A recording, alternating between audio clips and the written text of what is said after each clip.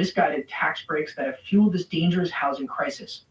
The unethical minister knows full well her government's special tax giveaways to real estate trusts have artificially inflated rental prices to insane new heights. Yet two-faced Freeland refuses to propose removing those economy-hurting tax breaks. She instead chooses to viciously smear rental providers in a desperate attempt to cover up her disastrous track record on housing affordability. Freeland outrageously said corporate investors own a significant share of Canada's rental units. This power-hungry minister is quick to dishonestly brag about the need for affordable rentals, but her shady actions reveal the truth. Freeland and her crew of big-spending liberals have badly damaged and not helped the growth of Canada's rental housing supply. They've done it through too much red tape, reckless taxes pushing condo speculation, and now these unhinged attacks on businesses. But some accountability is coming for all the damage Freeland has done. Freeland and her uncontrolled RCMP guards are finally facing consequences after their violent attack on journalist David Menzies. The courageous reporter is fighting back. And then they dumped him off down the street and said they're not going to press charges. Ms. Freeland, how come the IRGC is not a terrorist group? Why is your government supporting Islamo now? What? You've been what are you doing? You're under arrest for assault. Why are you supposed to? You're under arrest for assault. You're under arrest for assault. Please, you're under arrest. How am I under arrest? You bumped into me. You pushed into me. I'm just scrubbing. I got my credentials here, and you just bumped into me. Police, you're under arrest. What is your name and your badge? I'm going to continue the arrest for now. Oh, no shit. He's not the police? Do you want to approach charges? So we need to talk about this. The guy that arrested David Menzies, Christopher Freeland's security guard. He's not a cop. He's just a security. Hired security. Can I have the microphone? Can I have the microphone? Can I have the microphone? Ah, Can you give me the microphone?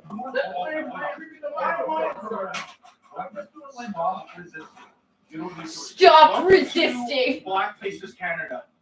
This is what they do to journalists. I was merely scrumming Minister Freeland, and a RCMP officer blocked me, and evidently this is now a trumped-up charge of assault, folks. This is the state of freedom of the press in Canada. The court papers. Oh, so they went and got the actual police, and they had her bodyguard arrest him. That's retarded. That's such fucking so typical. La toute nouvelle Subaru Solterra, entièrement électrique. Rejoins la famille Subaru. Her aggressive guards engaged in a sustained campaign to crush civil rights. Freeland's obsessed grudge against Rebel News led her RCMP detail to forcibly restrain and falsely arrest the reporter just for asking questions. This minister is drunk on authority, unleashing her iron-fisted RCMP followers to viciously trample democratic values and silence anyone daring to challenge her extreme agenda. Not even the free media is safe from Freeland's raging opposition to accountability. With this bold lawsuit, Mr. Menzies is bravely confronting Freeland's bullying and sharply criticizing her attack on liberty. Canadians will no longer accept the RCMP being used as the Deputy PM's private mob to carry out political payback. The Parliamentary Budget Officer's prediction of slower economic growth this year, along with a huge $46.8 billion federal deficit that is $7 billion more than Minister Freeland said, paints a worrying picture of Canada's economy. This worsening situation of weak growth and rapidly increasing deficits makes it very clear this is the worst time for the tax and spend liberals to recklessly increase spending. Doing so will only load taxpayers with higher interest costs down the road. Every dollar wasted on interest is a dollar not invested in Canada's future. But short-term political gain is all that matters to the Trudeau Liberals and their big spending NDP partners. They are not concerned about the long-term harm to Canada's fiscal health. Canadians should be wary of lavish Liberal spending promises that seem too good to be true. They always come with a massive price tag, paid for through higher taxes, deficits, or both. This debt will eventually have to be paid back through tax hikes on Canadian families and businesses. It is wrong to fund current spending through borrowing that burdens future generations. Ottawa's poor money management threatens to slowly choke off economic growth and opportunity. Canada can no longer afford the out-of-control spending and ballooning debt that have become the trademark of the Trudeau Liberal government. Canadians need a government that respects taxpayers, encourages self-reliance, and spends responsibly within its budget. Canadians deserve a finance minister who prioritizes the fiscal well-being of the nation over their own political survival. Well, that's all for now. How much more of Trudeau's reckless spending insanity can...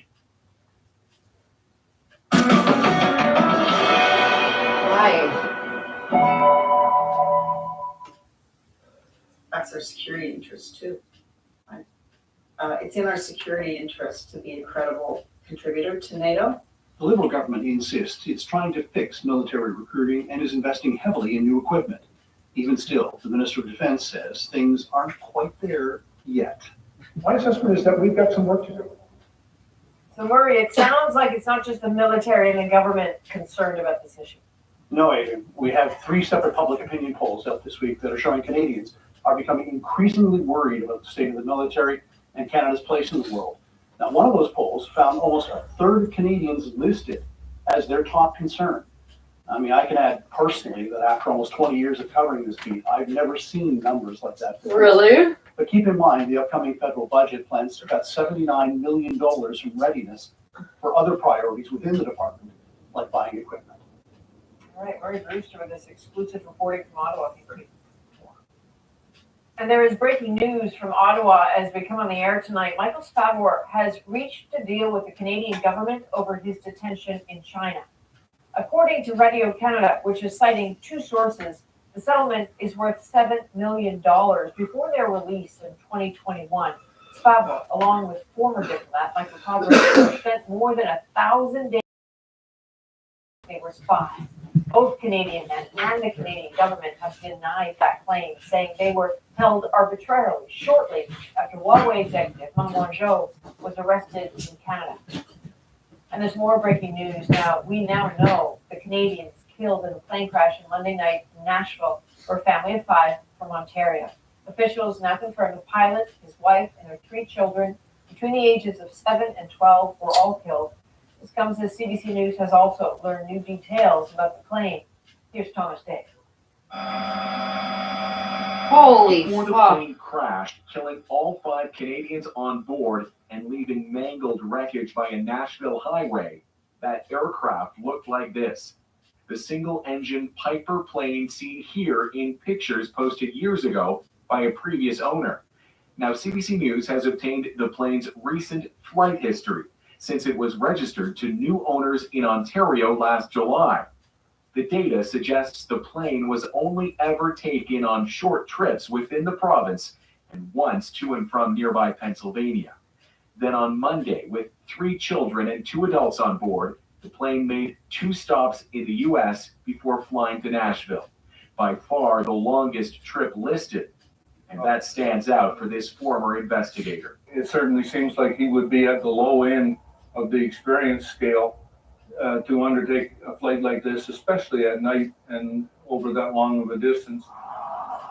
After dark, the plane flies by a highway traffic cam, then crashes and bursts into flames. Oh my Less than god. 5 kilometers from an airport that the pilot had overflown, nervously reporting trouble to air traffic control. My engine goes off. I'm at 1,600. I'm way too deep. I don't know. Boy, that's about as big a challenge as you can have as a pilot.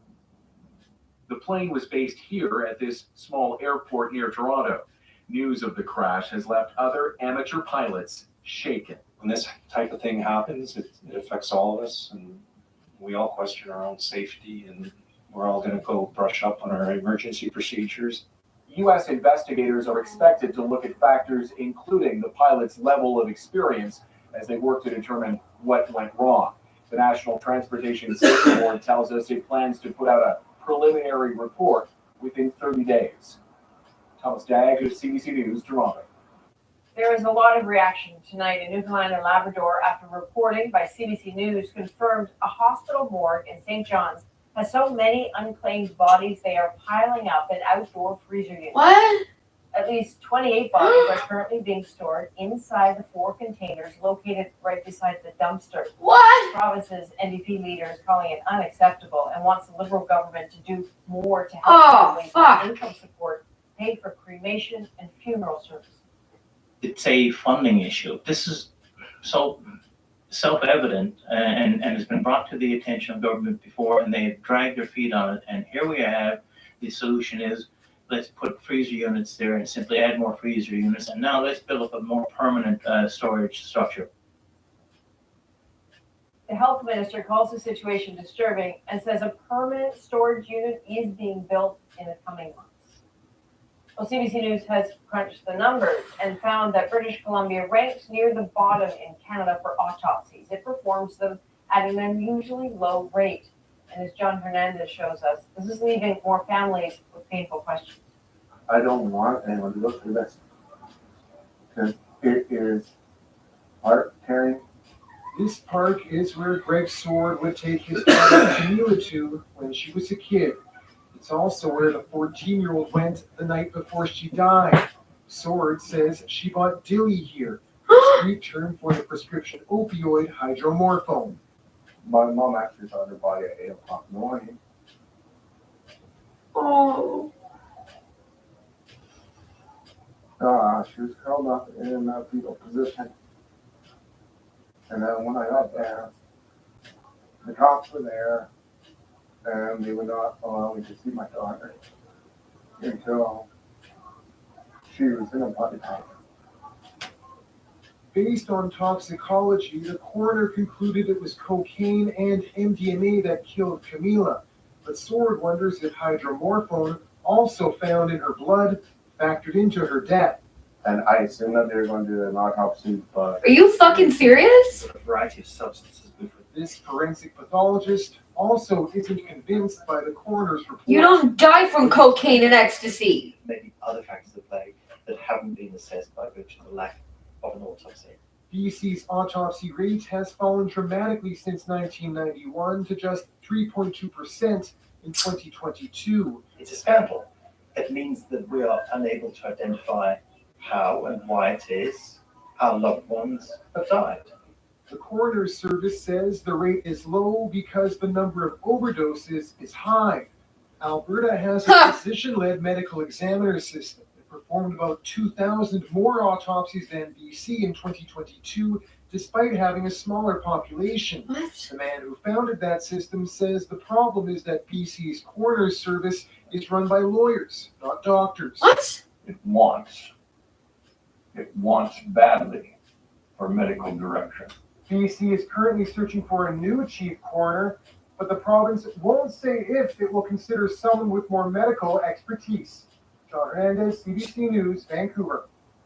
Now to the United States, and a new turning point tonight in the race for Because the they don't White want House. fucking people to know how many Nikki people Haley are dying is of overdose. taking a rematch between Donald Trump and Joe Biden, all but certain. Don't forget to But as take Kate meds. Simpson shows us, Haley isn't falling into line, and the Biden campaign sees an opportunity. Nikki Haley is not going away quietly.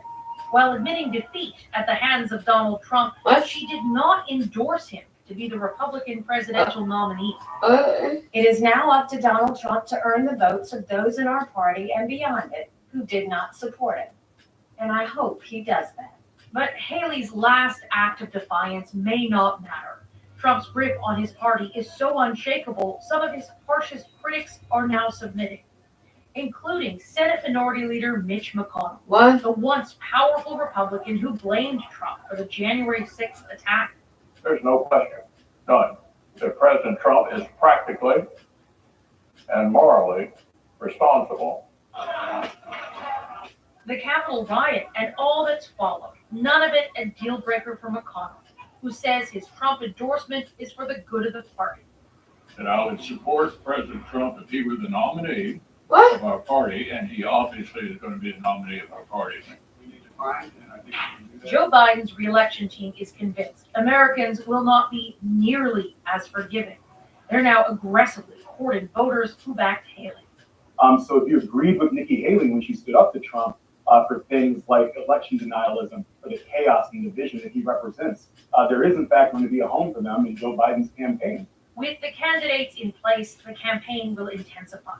An 8-month-long showdown that so many voters say they're dreading. I don't think anybody really wants to see a rematch kind of this scenario playing out. I think people were exhausted the last time. It's going to be ugly. It's going to be embarrassing for our country. The campaign is also now shifting. After refusing to take part in any Republican debates, Trump is demanding a debate with Biden, saying he's ready to go anywhere, anytime. Katie Simpson, CBC News, Washington. The weapons supervisor for Alec Baldwin on the set of Rust has been convicted of involuntary manslaughter in the deadly shooting of the film's cinematographer. Hannah Gutierrez faces up to 18 months in state prison. She was acquitted on a second charge of evidence tampering. In October of 2021, Gutierrez mistakenly loaded a real bullet into a reproduction gun for Baldwin to use on set. He was pointing the gun at Helene Hutchins when it went off. Baldwin's manslaughter trial is set for July. To Haiti next, where a powerful gang leader is threatening civil war if the prime minister does not resign. As Sasha Petrusik shows us, days of violence have gripped the capital, putting the already unstable country into chaos. Gun battles around the airport, fires and shooting on the streets as Port-au-Prince falls further into lawlessness, with the police outgunned by criminal gangs. Gang leader Jimmy Cherzier warns of worse to come. This will end in civil war and genocide, he says. Countries like the U.S. and Canada keep supporting Prime Minister Ariel Henry. The gangs were reinforced over the weekend when thousands of their members were sprung from prisons in coordinated attacks, sparking what's being called a criminal revolution. Henry is widely blamed for Haiti's mess. He took over when the former president was assassinated almost 3 years ago, vowing to go after the gangs. With Haiti's airport in chaos, Henry was reportedly forced to land in Puerto Rico after a trip to Nairobi, where he finalized plans to bring 1,000 Kenyan police to restore order. If he goes back, I'm fairly certain that he'll be killed. So it wouldn't be right for him to go back. There's no government to go back to. There wasn't a government a week ago, and there's no government now. Terrorized by the gangs, many Haitians are fleeing the capital. Oh my God. The criminals looted and destroyed our homes, he says, forcing us to run. But many here also want Henry replaced. The atmosphere is currently very tense in Haiti. It's total chaos. People certainly blame the government as well as the gangs. They blame Washington and Ottawa as well. Haiti's two biggest benefactors seem to be propping up weak governments in Haiti, allowing chaos to rule. Sasha Petrusik, CBC News, Toronto. For the fifth straight time, the Bank of Canada is holding its key interest rate steady. So that rate will remain at 5%. That's in spite of inflation in this country easing to 2.9% in January, a number that falls within the bank's target. The concern now, making sure inflation keeps slowing and stabilizes. Because of that concern, the bank also made it clear it is still too soon to talk about an interest rate cut. But as Nisha Patel shows us, some families say they're simply running out of time. So that's our new total installment. 2 years of high interest rates have hit the Dumichel family hard. We completely used up all our savings. We joined the food bank. We took the girls. We had 2 out of anything extracurricular. Are you fucking serious? From their dream home have nearly doubled. They lost steady work and could be forced to sell. It's just a combination of hardships right now. You know, like we can probably last for hardships. more months like this. Many Canadians like them are playing the waiting game. Desperate nice for lower interest grand rates. piano behind Have you. weighed on consumption and investment, and you have seen things slow down. The job market is cooler too, and inflation has tumbled from its peak. But the Bank of Canada says it's still too soon for rate cuts. The assessment of the Governing Council is that we need to give higher interest rates more time to do their work. Overall inflation in Canada is at 2.9%, and some of the core measures the central bank watches are even higher. So interest rates will stay where they are until officials see more progress towards the 2% target. Even then, rate cuts could be slow. I think it's very safe to say we're not going to be lowering rates at the pace we raised them. But those high rates are squeezing borrowers. In the latest quarter, missed mortgage payments climbed 52% compared to a year ago. Anyone facing mortgage renewal this year will see their bills jump sharply. We've been putting extra away specifically for that reason, to be prepared for rates of 6 or 7% even. I'm obviously hoping rates will go down this year.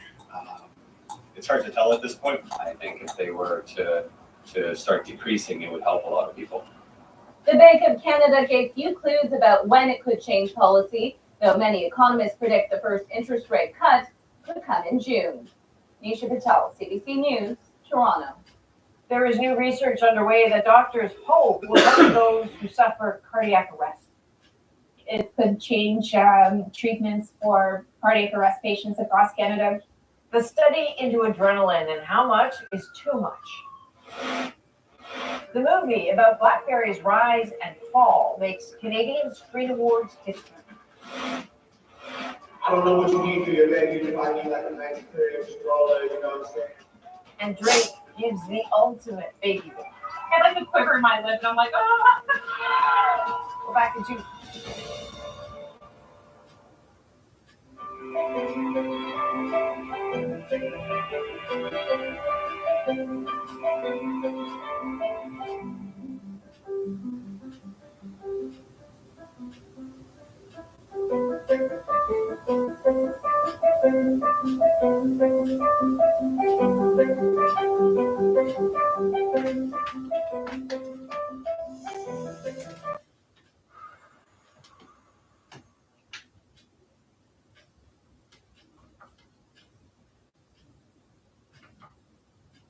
It's like infuriating.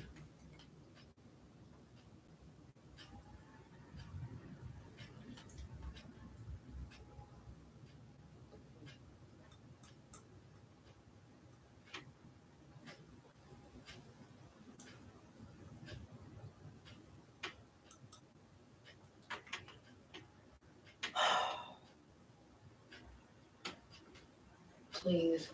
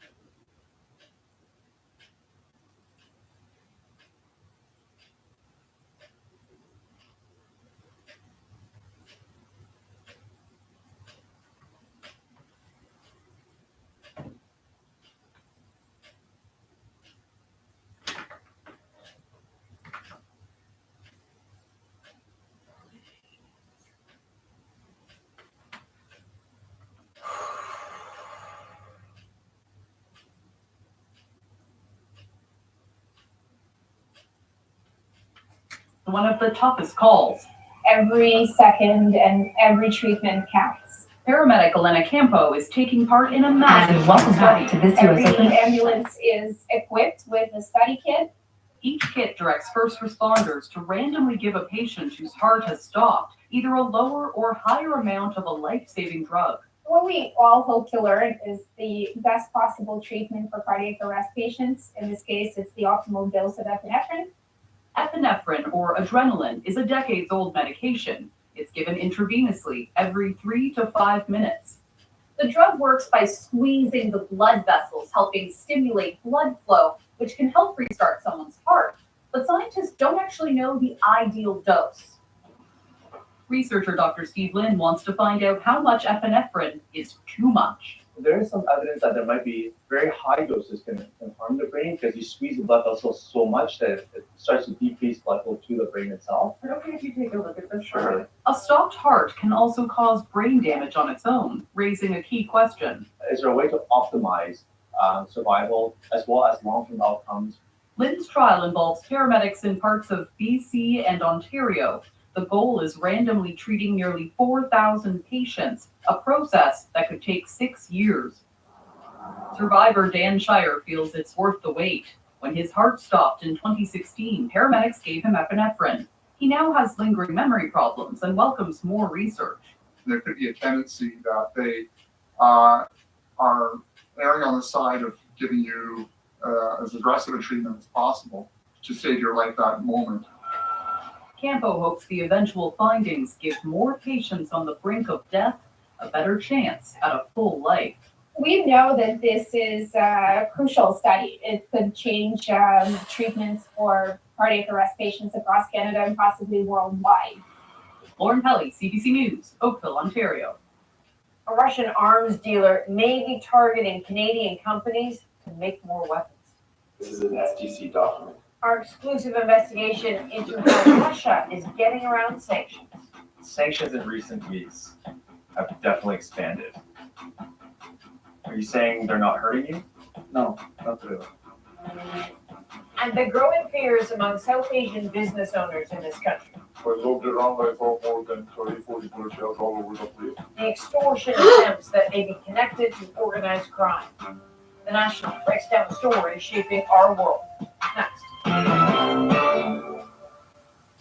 What?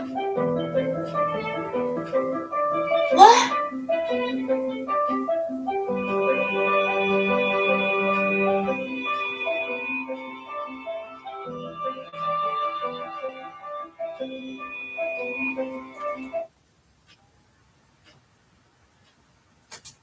Things are heating up with Ottawa between Saskatchewan and Scott Moe over collecting a carbon tax. But he's got some support in his corner, and I'm not surprised to see it. Let's get into it.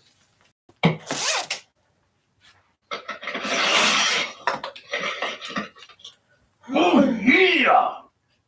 What's going on, ladies and gentlemen? Welcome back to The Fringe. When you look at what's going on in Saskatchewan, if you haven't been, let me bring you up to speed. Of course, Premier Scott Moe of Saskatchewan. Some people saying I don't cover him enough on the channel, but I think it's high time we talk about it because I've been waiting to see how this builds since January 1st. Of course, Scott Moe coming out last year to say that because Sask Energy was a crown corporation, that Saskatchewan would no longer be collecting carbon tax on behalf of their people in order to make things more affordable for its citizens over the winter months, I guess, as the cost to heat your homes has escalated dramatically, especially with Justin Trudeau's threats of an increased 4 times tax starting April 1st. It's either 3 or 4 times. I don't care. It's still too much regardless.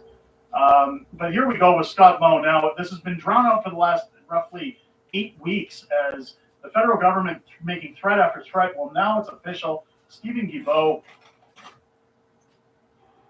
Are you fucking kidding? An economist, Shut a mechanic, a meteorologist, an agronomist. Mr. Looney Tunes.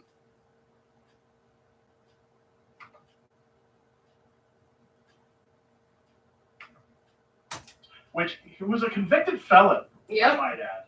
No, Trudeau broke him out of jail to do this job. About Steven Guilbeault, that he was a convicted felon. Yeah, because he's a fucking hippy-dippy protester In the House that of Commons. I climbs don't know how buildings. that happened. But of course, the federal environment minister calls Premier Moe immoral for flouting carbon price law. Steven Guilbeault says measures will have to be taken.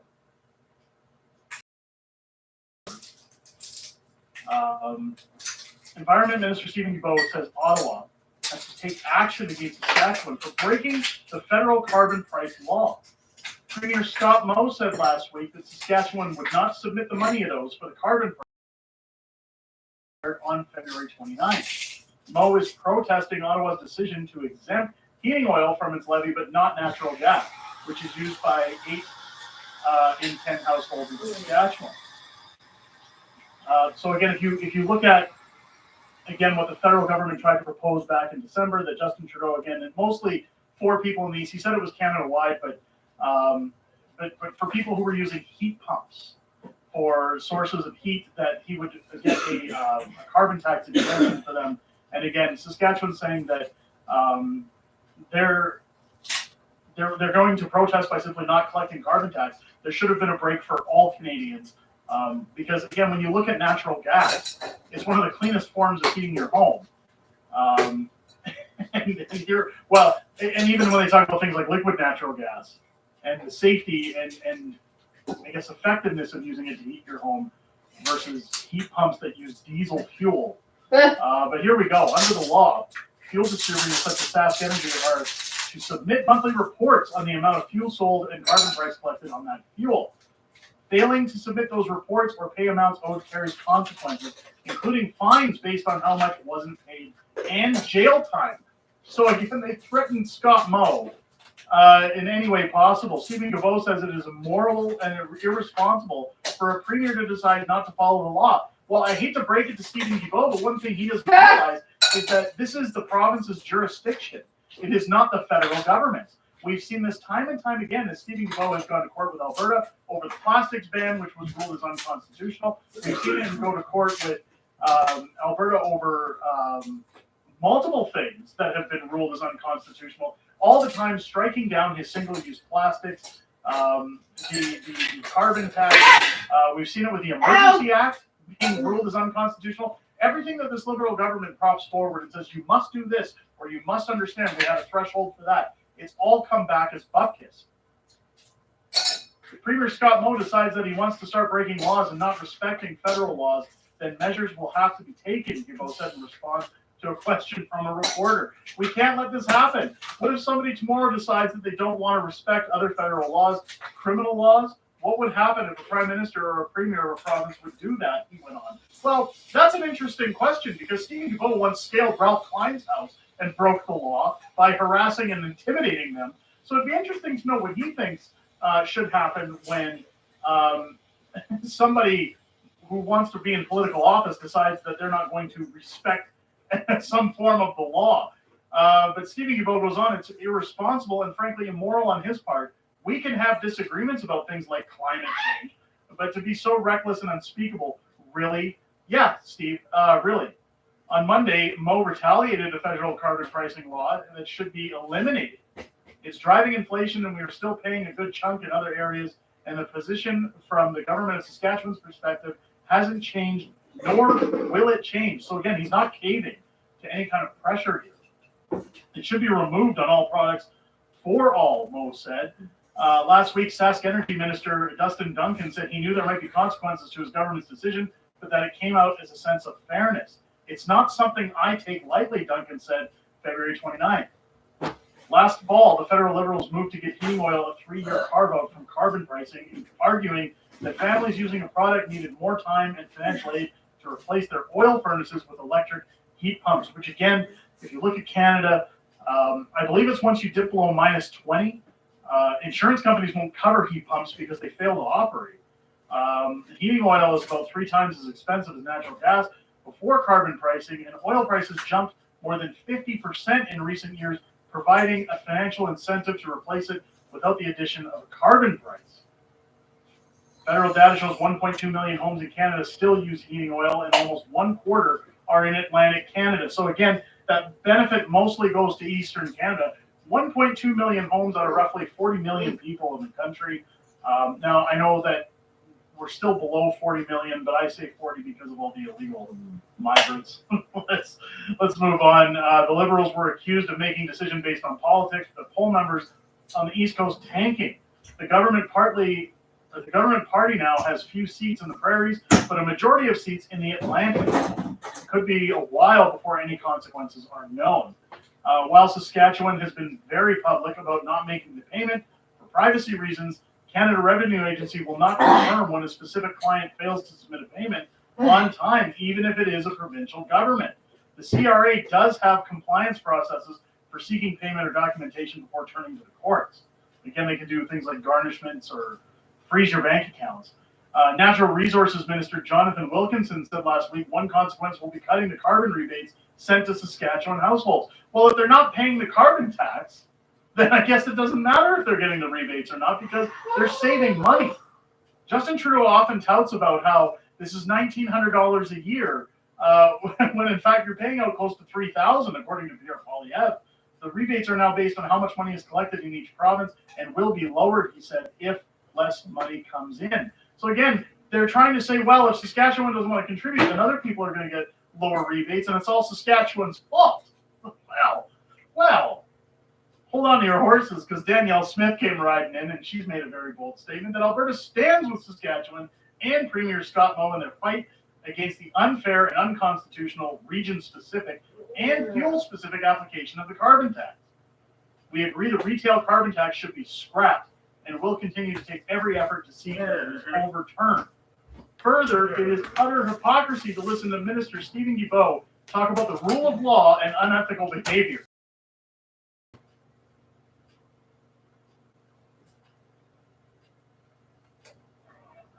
They blame Washington and Ottawa as well. Can harm the brain because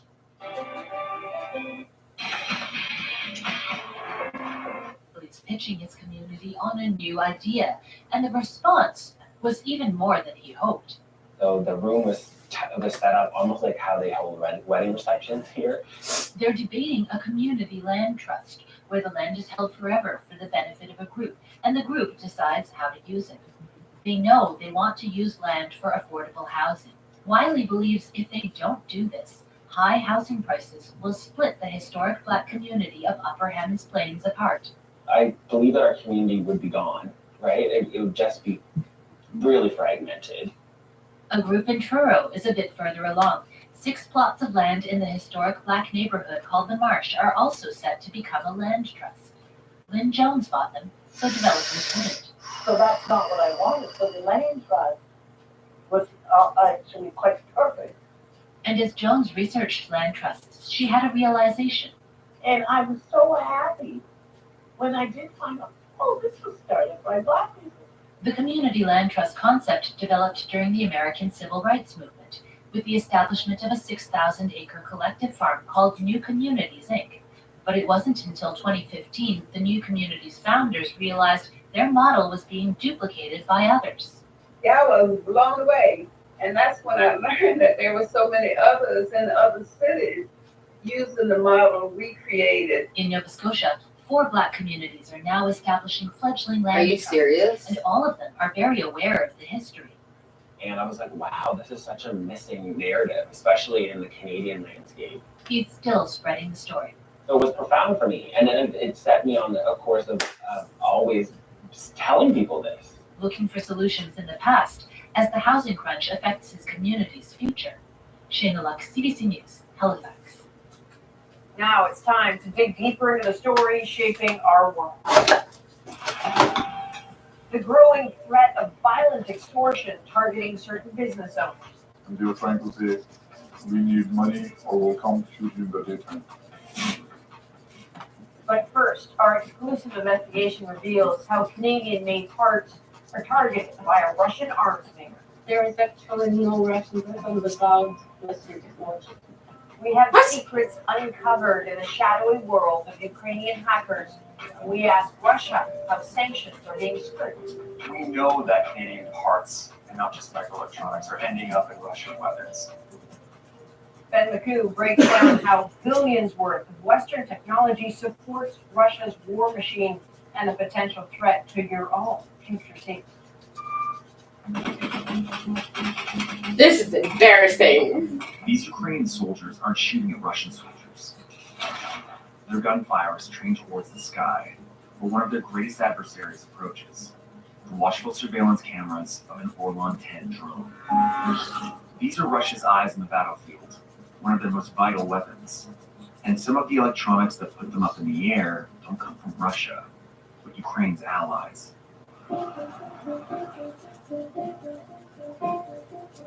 So I'm headed to an undisclosed location here in Ukraine where sources have agreed to walk me through exactly how they hacked a Russian arms maker that's trying to source Canadian technology for its weapons. This is a Ukrainian hacker who's part of the cyber resistance. This is so stupid. Secretive sections of the Ukrainian government. This is an STC document. CBC News is hiding his identity for threats against his life.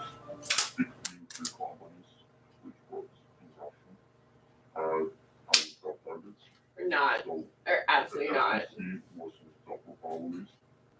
is one. For military had to do with reconnaissance. It was always going by your feet, and it was very, very dangerous. This. But now he's a trainer. Not the side of them. In every Russian missile, there are critical. Every It's also who tracks Western components and source. It is possible, but not necessarily. I would doubt that my country is going to use or try to use or try to find sources for the production. I believe in our defense production they are quite self-sufficient. Sanctions in recent weeks have definitely expanded. Are you saying they're not hurting you? No, not really.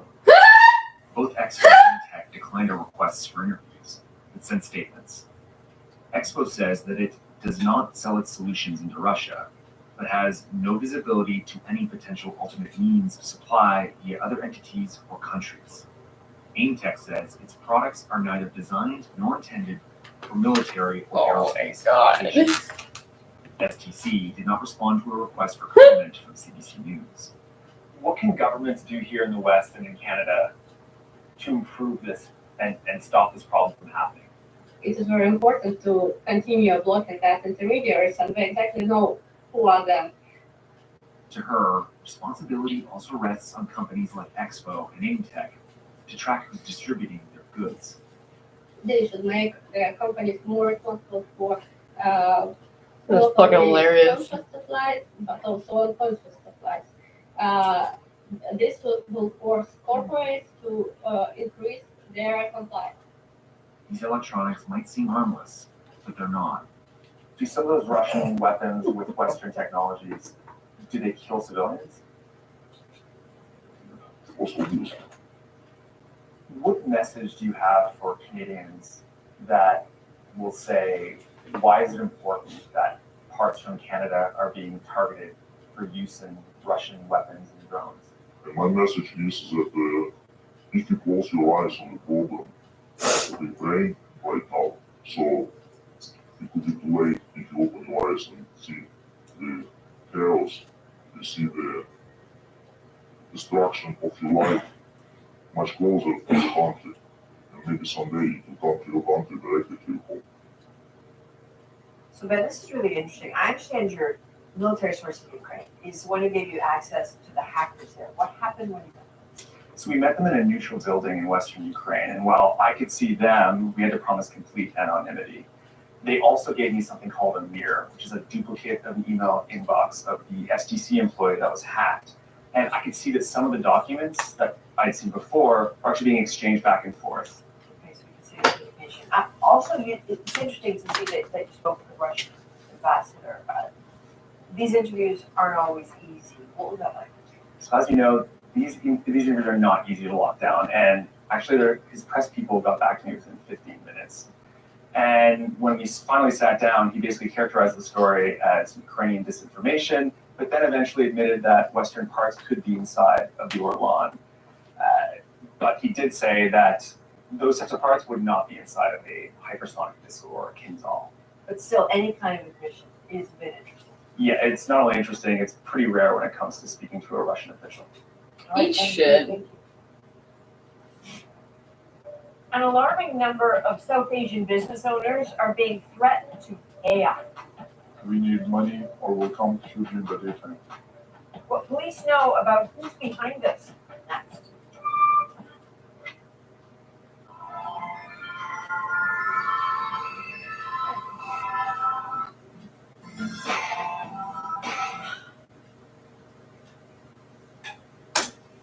This is the same man who scaled the CN Tower illegally, putting lives at risk, trespassed on the home of Ralph Klein and Colleen Klein, while Colleen was home alone, and tramples on the Constitution of Canada on an almost daily basis, as evidenced by his continued Supreme Court and federal court losses, including C-69 and plastics. This man clearly resents the West and our right to develop our resources, and he is entirely unfit to be environment minister. It is long past time he be replaced by the prime minister. And of course, they've got a nice little mugshot picture of Stephen Guilbeault here and the rule of law. I mean, Danielle Smith with an utter mic drop there. And it's interesting to see that, again, while Alberta doesn't have the same abilities to essentially cut off the carbon tax payment because we are not running a crown corporation similar to Saskatchewan, I would assume that Premier Danielle Smith has some plans in the near future, again, being very bold and stating where we stand when it comes to Scott Moe and Saskatchewan. Of course, I personally think she's made the right call. I stand behind Scott Moe. I think he's doing a fantastic job. I think Saskatchewan's in the right hands with a man like Scott Moe, and I look forward to seeing what happens in the future as this continues. We're going to see how wild it gets. Again, I'll be covering all those updates here on the channel. But ladies and gentlemen, if you enjoyed this video, make sure to like, comment, share, subscribe. Help us get it out there in the algorithm. Anytime you guys like, you comment, it helps boost us out there. And our videos have been getting capped off recently. We've had a YouTube shadow ban in effect. So anything you can do to help the channel get out there is help for us. Again, if it's your first time here,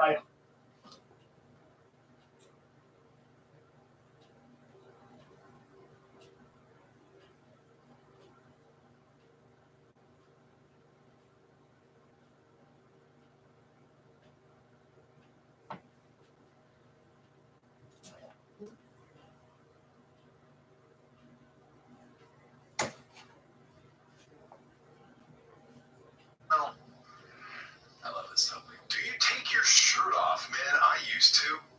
When I had a stomachache, Jim, if I've got a stomachache, I will take my shirt off because it's just like it's gonna be a whole thing in there. I'm gonna be sitting there a while and not feeling well. No encumbrances, but if it's like a quick, what do you call it? A sitting down one? I call it a performance set. Yeah, sometimes you like. Yeah, sometimes I just don't want anything on me when I'm doing this. Do you take your shirt off? I'm gonna say it's a small percentage. 10% I don't. Like it routinely, but I have. 9% of people. Pretty good. This is at home. Yeah. Do you stand or sit when you wipe? Stand. Yeah. What? Sit or stand when you wipe? I didn't even know you could stand. I didn't know that was an option until now. That's weird. Yeah. I think I'm a stander. What? You stand up?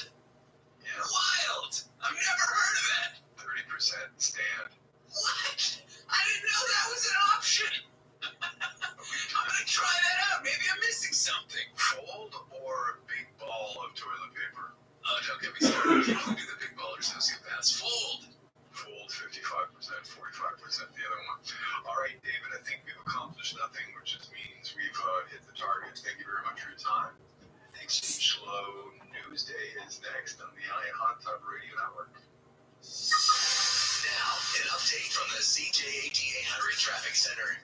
Quiet drive around town here this evening. Outbound La Fontaine, little slow down through the Tellier Notre Dame area. Inbound, things are moving well. The other South Shore spans are problem free here this evening. Inbound, outbound, inward toward a little bit of volume through the roadwork once you're on the island of Montreal. The T10 and the 20 both moving well towards the downtown core. No problems heading up to and from Laval. The Carry and the Met in both directions moving well here this evening. As far as exports and atmosphere compass, the final winter event up to 50% off a wide selection of outerwear, boots, and equipment. Monty Lamar, CJAD 800 Traffic Center.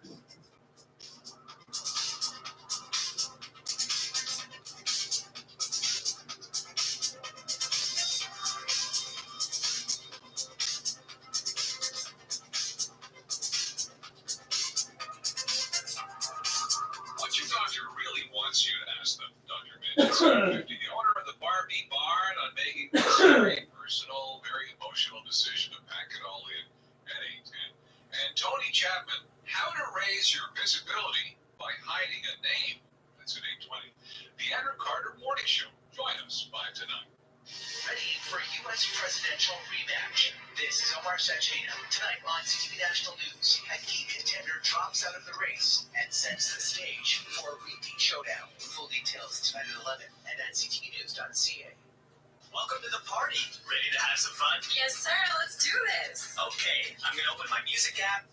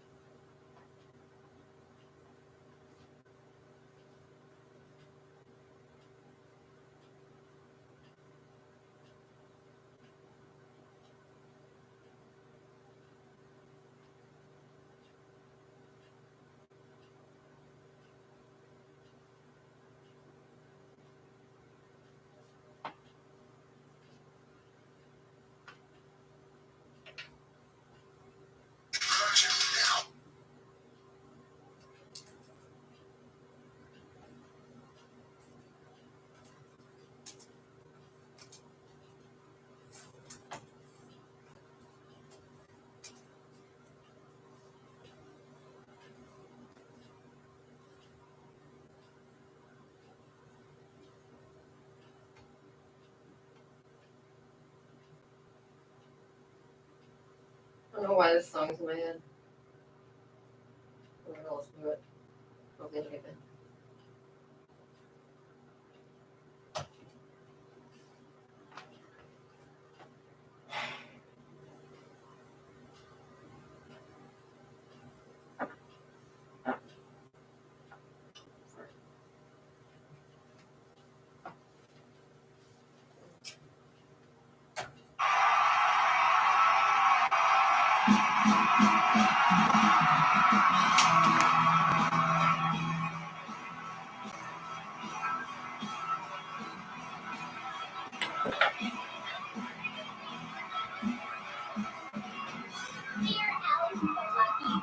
I'm like gonna cry.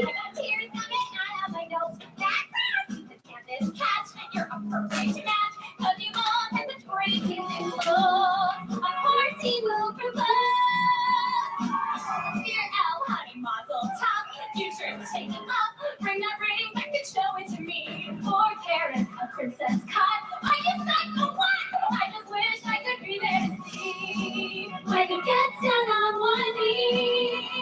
Oh my God.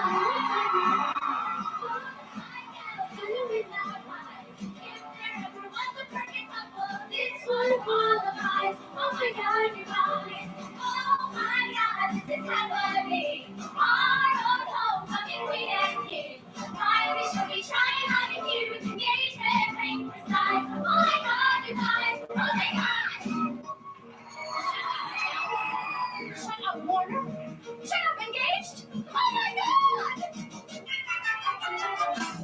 Okay, everybody sign. But now bottom line, and we'll start the engagement parade. Light candles, single file. Don't forget to smile. Who's the gun cage? You look like the maid. Sorry, now prepare to serenade. Shh. Oh my God, you guys. Oh, sign girls, get up and not rush. If there ever was a perfect couple, this one was. Oh my God, let's hear it. And Warner were meant to be. None was ever anything on me.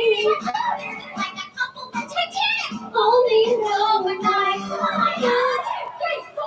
Honor of Delta new. Soon to be fiance. Now that a man chose you, your life begins today. Make him a happy home. Waste not his hard-earned wage, and so he does not roam. Try not to look your age. Till you're out of need. Let it be understood. No man can supersede our sacred bond of sisterhood. Oh my God, sorry she's not here. That makes me crazy in my head. Bruiser, where is Elle? She doesn't have an engagement outfit? Oh my God, she is totally freaking out. She's trapped in the Old Valley Mill? Oh, whoops, sorry. The Old Valley Mall! Oh. True daughter.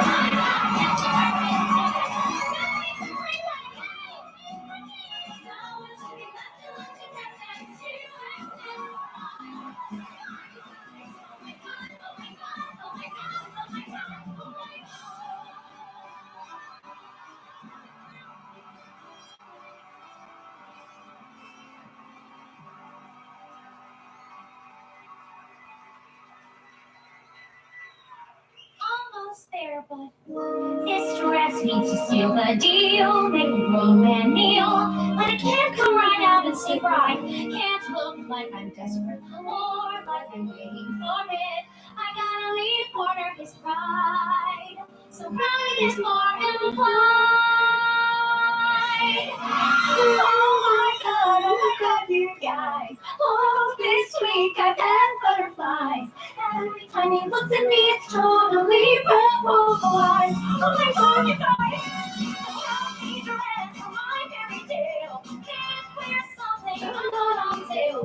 Obviously, forever, this is no time to economize. Oh my God, you guys! Blondes make commission so easy. Excuse me, have you seen this? It just came in. Oh, it's perfect for a blonde. Right, with a half loop stitch on China silk. But the thing is, you can't use a half loop stitch on China silk. It'll pucker. And you didn't just get this in because I saw it in last night's Vogue. Oh my God, you guys. I am not about to buy last year's dress at this year's price. Sounds so right through that salesgirl's life. It may be perfect for a blonde, but I'm not that blonde. I may be in love, but I'm not stupid, lady. I got eyes. Oh my God. Elwood, sorry, our mistake. Courtney, take your break. Just ignore her, she hasn't done well. Try this, Candace, tell me no. Go on, try it on. I take care of my bedside tale. It's a dear for me to end.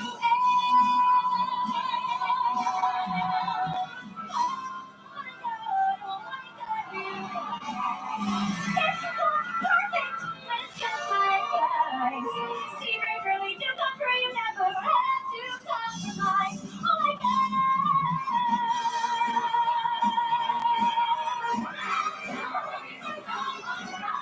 If there ever was a perfect couple, this one qualifies. Does it have you guys? No, I love you guys. Oh my God, oh my God, oh my God. You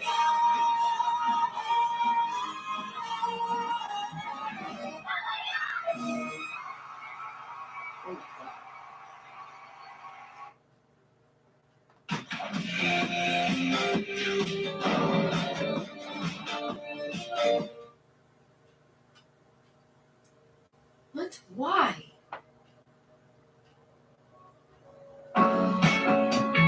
Please. No. No.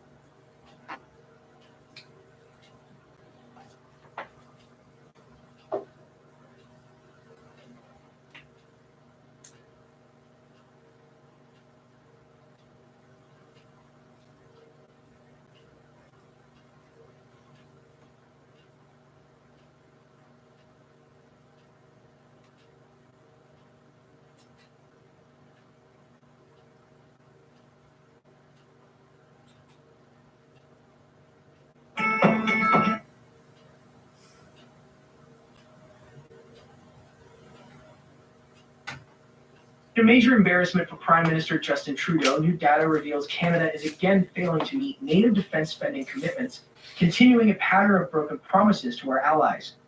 According to figures released this week by the Military Alliance, Canada invested just 1.32% of GDP on defense in 2021, the 2% target allies unanimously reaffirmed last year in Brussels.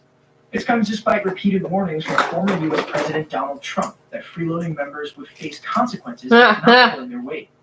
With the NATO summit looming and Trump considering another run in 2024, Trudeau's dereliction of duty and refusal to uphold Canada's word raises serious questions about our credibility on the global stage. This is exactly what Donald Trump predicted would happen under Trudeau's weak leadership, putting Canada in a precarious position with its closest ally and protector. How much more damage can Trudeau's failure cause to Canada's relationship with its NATO allies, especially the United States? Welcome back to Street Politics Canada. Before we dive into today's video, take a quick second to follow us on Twitter. You won't find the blunt truth about Trudeau's endless scandals in the mainstream media. Their liberal bias hides the real stories. But our Twitter feed breaks through the spin and cover-ups. We tweet multiple times daily, delivering straight facts on Trudeau's hypocrisy and failures. We'll leave you the link down in the description box. Tap that follow button now so you never miss our next viral tweet roasting Trudeau. Now let's dive into today's crazy developments. In another blow to Canada's reputation on the world stage, new analysis shows the Trudeau government is not on track to meet NATO spending commitments anytime soon. The Parliamentary Budget Officer and Independent Fiscal Watchdog estimates that for Canada to reach the 2% of GDP benchmark by 2026 to 27, defense spending would need to surge by $57 billion over current plans. However, with the Liberals projecting multi-billion-dollar deficits for several years and increasing spending in other areas, funding such a vast increase appears impossible under the current government's priorities of fiscal management. The PBO report confirms criticisms that without serious policy changes, Canada risks remaining in violation of its duties under the alliance while the security situation in Europe deteriorates. It raises troubling questions about our contribution to defending democracy and the rules-based international order is expendable by Justin Trudeau. When Trudeau became Prime Minister, the world hoped for a new era of Canadian leadership. Instead, he shrunk from global affairs and betrayed our allies. Trump's repeated warnings about inadequate NATO spending should have been taken very seriously. If Trudeau dismissed Trump's threats, refusing to significantly boost Canada's defense budget. They asked me that question. One of the presidents of a big country stood up and said, "Sir, if we don't pay and we're attacked by Russia, will you protect us?" I said, "You didn't pay, you're delinquent?" He said, "Yes, let's say that happened. No, I would not protect you. In fact, I would encourage them to do whatever the hell they want. You gotta pay." This failure to heed Trump's demands threatens the U.S. Should Trump be re-elected in 2024, Trudeau's lack of credible action despite Trump's vocal frustration casts doubt on Canada's commitment to our alliance. Trudeau should have recognized that Trump's intense focus on NATO spending obligations was not mere rhetoric.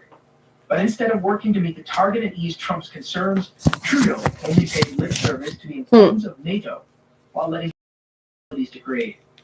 Now, with Trump potentially returning to power, Trudeau's negligence in addressing Trump's grievances with NATO could have severe consequences for the Canada-U.S. relationship. Hopefully. Trudeau may come to bitterly regret not taking Trump's admonitions seriously sooner. Trump's NATO warning should have compelled Trudeau to do better. But he offered only vague platitudes about the importance of alliances, with his actions proving otherwise. Domestically, Trudeau exploited public fear to justify inaction on defense spending. He leveraged anti-Trump sentiment in Canada to avoid commitments that could provoke Trump's ire. Trudeau wanted to give the impression of holding the moral high ground against the bullish Trump while actually avoiding confrontation at all costs. This allowed him to redirect spending to his pet social programs and infrastructure.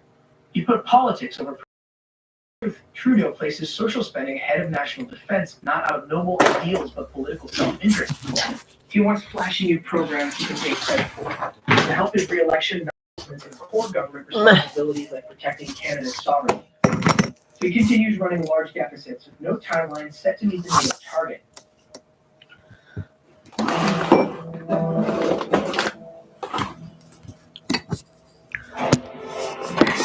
C'est un bébé jaguar. Je vais l'appeler. Je vais l'appeler. Je me disais, je pouvais ne pas aller en cours.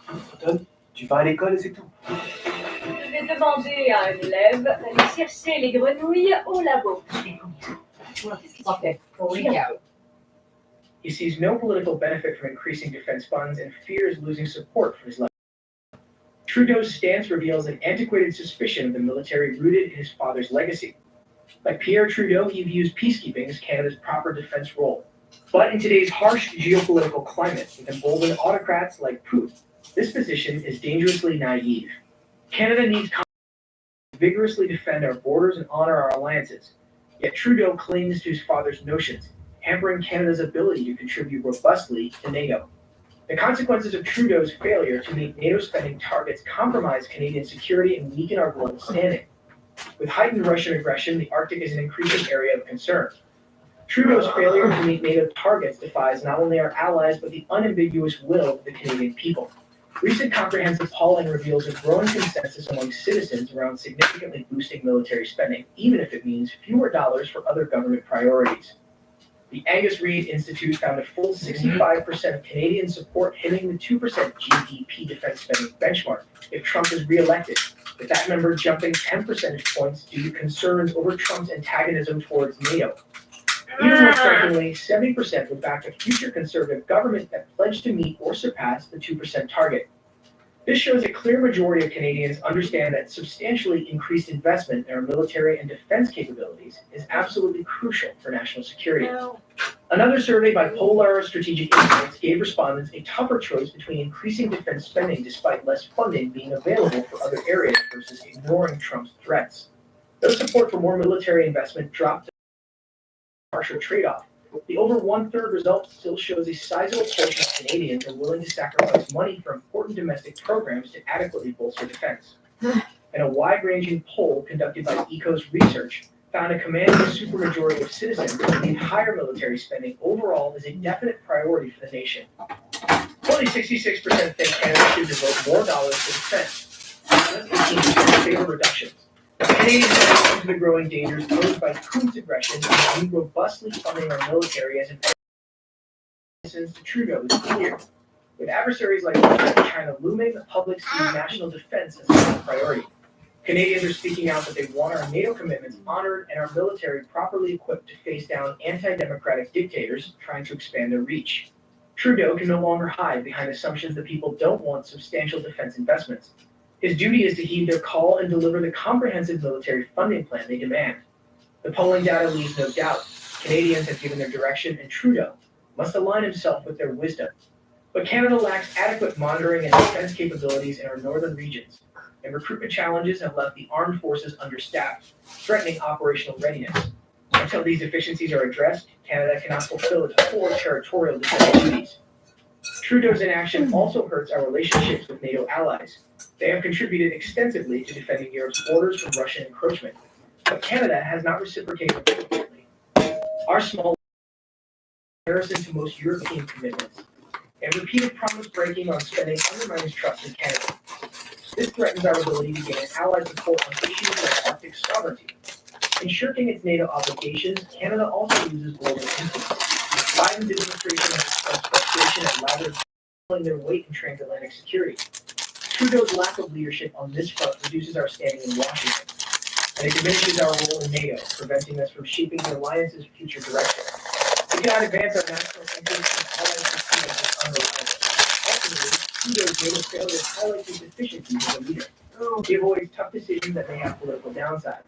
He puts his own electoral fortunes ahead of hard necessities like funding our military, and he clings to outdated ideas instead of adapting to new realities. Weak compromises that satisfy no one while eroding Canada's strength. Justin Trudeau's misplaced priorities with NATO spending revealed his government's dangerous obsession with woke virtue signaling over strengthening national security. While allies boost defense budgets responding to Russian aggression, Trudeau shovels millions into instead of properly equipping our military. This performative progressivism undermines military readiness and strains alliances. Trudeau's recent NATO aid package symbolizes this failure. He trumpeted $3 billion for Ukraine, hoping to conceal wasting $4 million on gender-inclusive demoning. This absurd initiative aims to promote women in Ukraine's landmine removal efforts. Trudeau cares more about feminist vanity projects than safely dismantling deadly explosives. His government claims involving women in demoning is empowering, but during war, lives depend on quickly clearing minds regardless of who does it. Trudeau's posturing about gender inclusion literally and it shows he prioritizes signaling virtue over pragmatic defense aid. This misguided emphasis recurs across Trudeau's NATO contributions.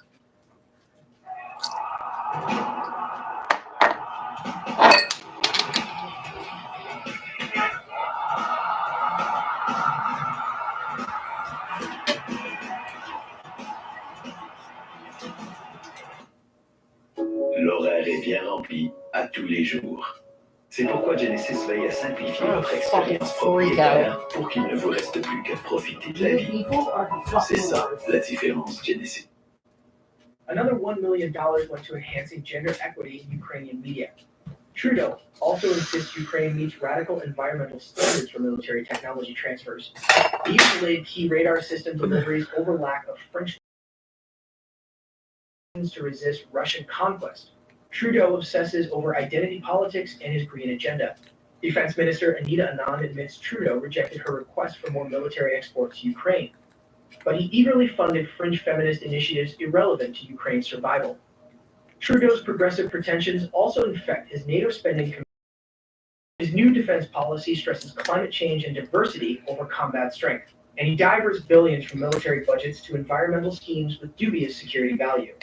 Trudeau's dangerous naivete and vain virtue signaling have endangered Canada's security and made us an embarrassment on the world stage. His pathetically weak leadership puts all citizens at risk. While that bumbling trust fund baby Trudeau virtue signals about identity politics, our enemies are boldly preparing for war. His woke fantasies have left gaping holes in our defenses that adversaries will brutally exploit. Canadians will pay in blood for Trudeau's astounding military unreadiness and total lack of preparedness. Our soldiers will die in future conflicts betrayed by their own government's stunning negligence and incompetence. Trudeau has made Canada an international laughingstock.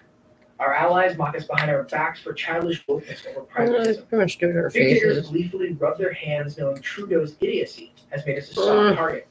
The time has come to oust this dangerously naive boy king before he does irreparable harm. Trudeau has proven utterly unfit to lead our nation through gathering storms. We must replace him with mature leadership truly dedicated to defending Canada. The future security of Canada is at stake. Canadians cannot afford one more day of Trudeau's disastrous reign. His failures endanger everything previous generations have sacrificed to build.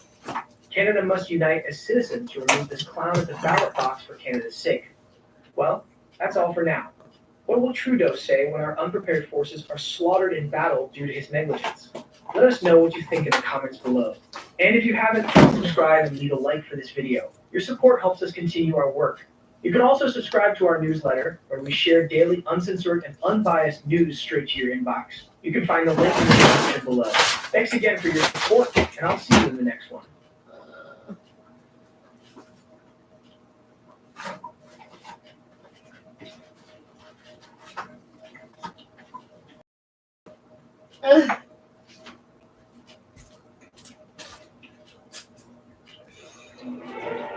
And we're back in third quarter planning. Adams is quarterbacking this project, and she's looking pretty tired, Jill. She's stuck though, and that deadline is looming. It looms for us all. She just looked Grammarly. That is a smart move by Adams. Grammarly is an AI writing partner. Helps you make your point. Look at that, Bill. She just asked Grammarly to help her write a summary of her doc, and she's shortening it. Beautifully done. And she sounds like herself, calm, convincing, and also like you can trust her to look after your cat. Oh no, flag on the play. I see messages coming her way. And it's the CEO, Bill. Can Adams handle the pressure? Please. Is she? Yeah, she is. She's using Grammarly to stay on the book.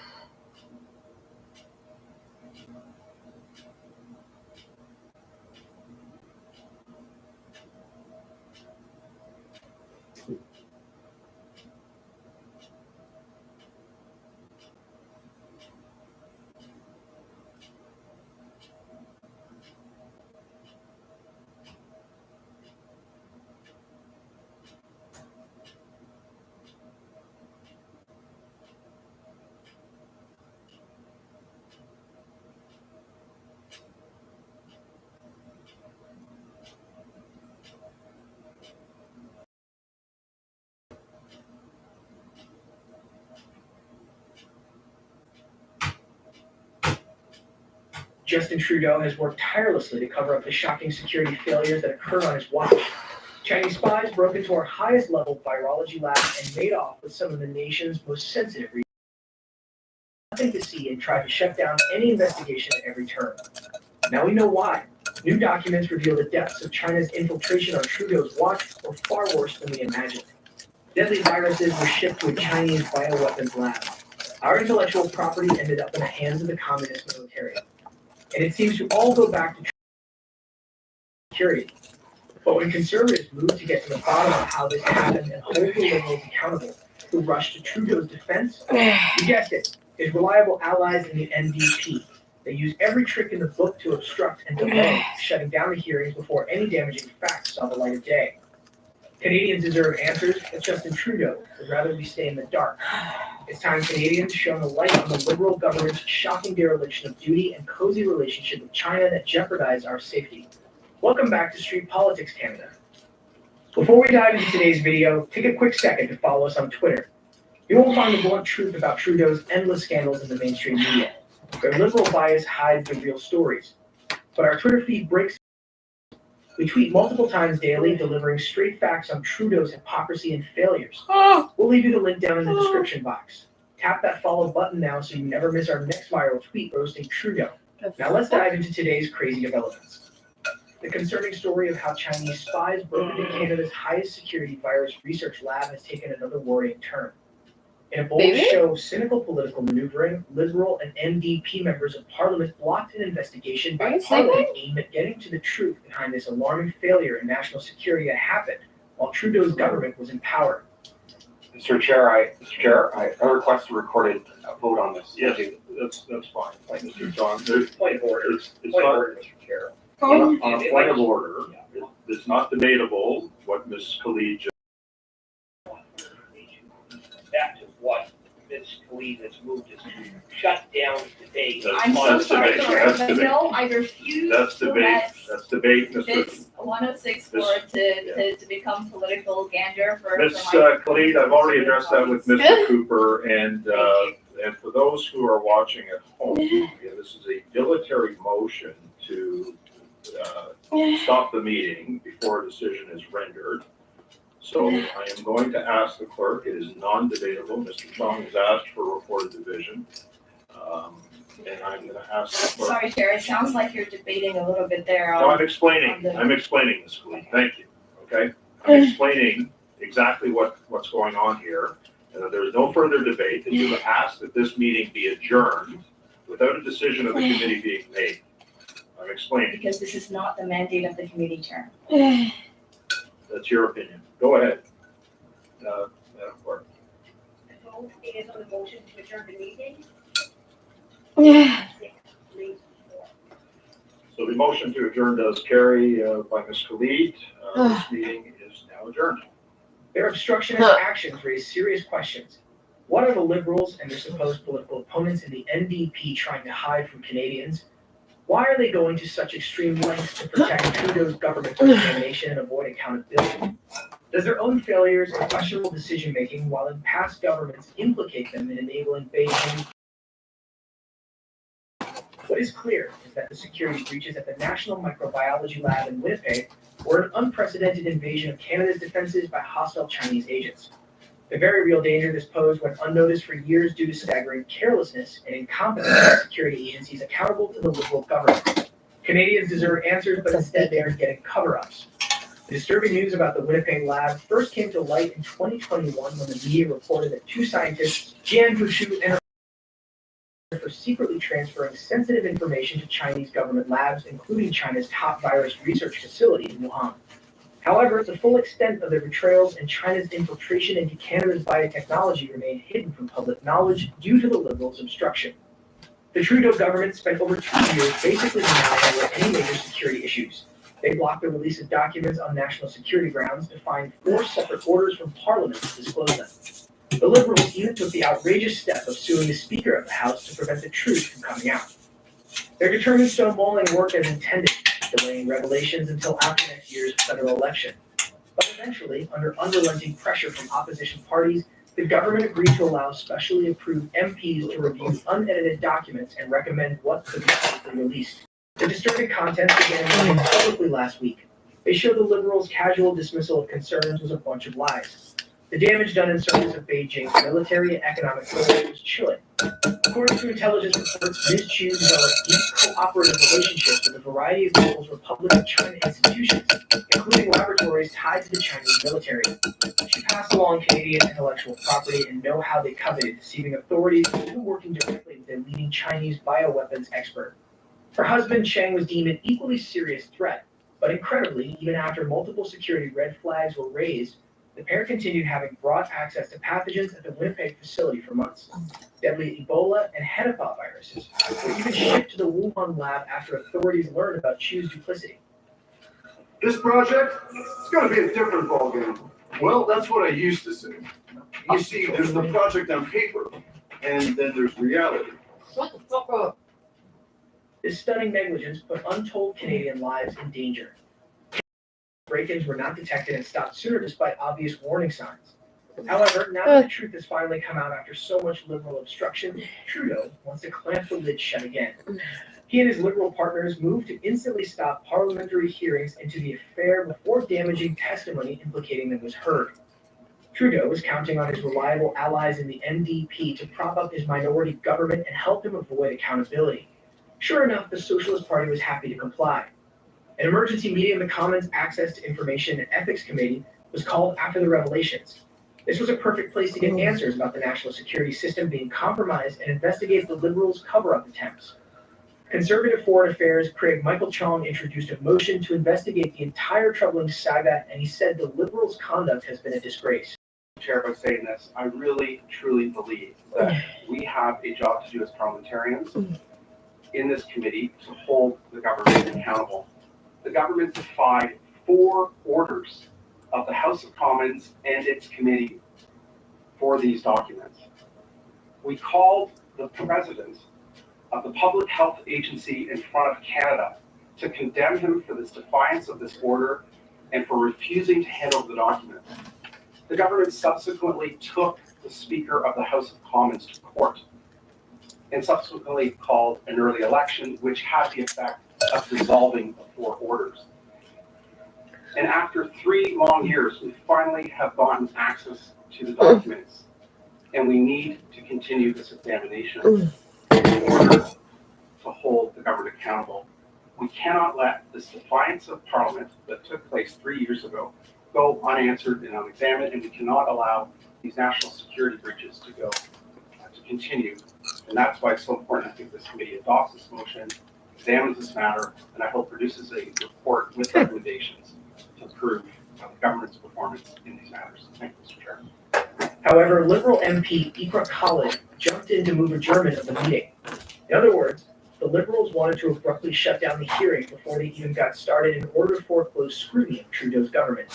This 106 form is not necessary, it's not urgent, it is not in the mandate of this ethics committee, and we adjourn this meeting. Khalid gave the laughable excuse that the Conservatives were just playing political games and that the government had already addressed all problems years earlier. This is obviously false given the alarming revelations that were only just uncovered despite Trudeau's obstruction. But Colin's partisan maneuver would have failed had the NDP opposed it as they should have. Instead, to Trudeau's delight, NDP MP Matthew Green sided with the Liberals to quickly gavel the meeting to a close. Just like that, Canadians were denied the answers they deserve. All to protect Trudeau and his government from further embarrassment. The obstruction witnessed in shutting down the hearings is just the latest example of Trudeau dodging accountability. But Canadians are catching on to his games. The recent Durham by-election sent a strong signal that frustration with Trudeau is growing. Jamil Juvaine's big conservative win in the Durham election shows lots of trouble ahead for Justin Trudeau's shaky Liberal. For Trudeau's choice shows Canadians have had enough of the Liberals after and Whitey causing scandals and making empty promises as they keep power for 8 years now. The strong conservative result in this area near Toronto that shows what the whole country thinks suggests Trudeau fatigue is setting in and his time is almost up. Canadians are fed up with him overspending, making life too expensive, and insulting people who criticize him. Trudeau might get kicked out sooner than he thinks. Lots of voters came out excited to share their frustrations. Trudeau and his Ontario Liberal buddy Stephen Del Duca campaigned hard but got rejected. Trying to scare people about Conservatives also flopped. Canadians clearly aren't buying what Trudeau is trying to sell after too many years of all talk and no action. Poilievre's energetic new leadership has Conservatives likely to gain in Liberal stronghold areas like the GTA. Trudeau is fast losing the support of middle-class Canadians who feel he's out of touch with their values and struggles. His days living at 24 Sussex after the next election are looking shaky. Canadians have had enough of Justin Trudeau and the Liberal government's carbon tax cash grab. A new poll shows that over 2/3 of Canadians oppose increasing the federal carbon tax on April 1st, yet the Trudeau government seems determined to plow ahead with their misguided and unfair climate change plans regardless of what people actually want. Ordinary Canadians are struggling with rising costs of living, high inflation, and skyrocketing housing prices. The last thing they need is another tax hike that will drive up the price of gasoline, home heating, and essentially everything being transported. But instead of providing relief, Trudeau is content to make life more expensive and punish hardworking families. It's no wonder opposition to the carbon tax is widespread. This policy does nothing to help the environment while hurting Canadians' wallets. Even members of Trudeau's own cabinet recognize the unpopularity of this tax. That's why they rebranded it from the carbon tax to fictional Canada Clean Future, because they knew the previous name had a bad taste in people's mouths. But no amount of lipstick can cover up this pig of a policy. At its core, it remains nothing more than another money grab disguised as environmental policy. If the Liberals actually cared about affordability or listened to Canadians, they would scrap this tax entirely. But it seems Trudeau would rather pick Canadians' pockets than address the real concerns. The shocking news of Chinese spying at Canada's top virus research lab in Winnipeg shows a serious breach of national security. The Trudeau government's efforts to hide and obstruct investigations into these breaches raise serious concerns about their responsibility and commitment to protecting Canadian interests. The collaboration between the Liberals and the NDP to shut down inquiries further undermines trust in their ability to prioritize national interests. With the recent Conservative victory in the Durham election and growing dissatisfaction among Canadians, Trudeau's government is facing increasing pressure. Canadians are demanding answers and a government that is open, accountable, and focused on addressing their real concerns. The time for change is coming, and Canadians are eager for leadership that puts their well-being of all citizens first. While that's all for now, what else is Trudeau hiding from Canadians? How many more security failures and scandals will emerge when his obstruction finally ends? Let us know what you think in the comments below. And if you haven't, please subscribe and leave a like for this video. Your support helps us continue our work. You can also follow us on Twitter, where we post stuff we can't post on YouTube. You can find the link in the description below. Thanks again for your support, and I will see you in the next one.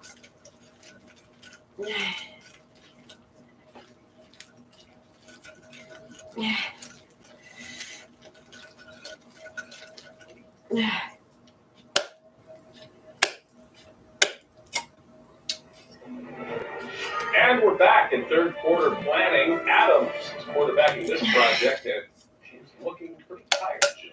She's stuck, Bill, and that deadline is looming. It looms for us all, Bill. Wait a minute.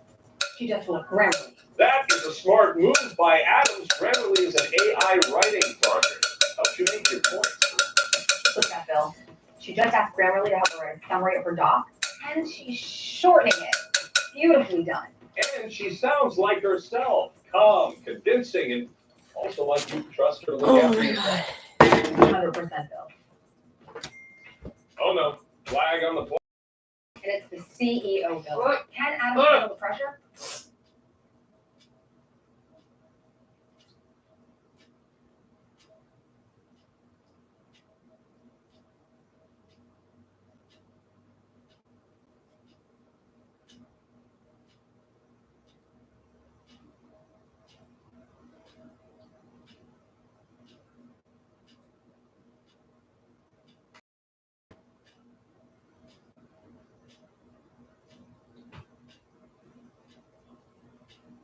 Crime, conspiracy, cults, murder, and you, all of which are my favorite topics to talk about.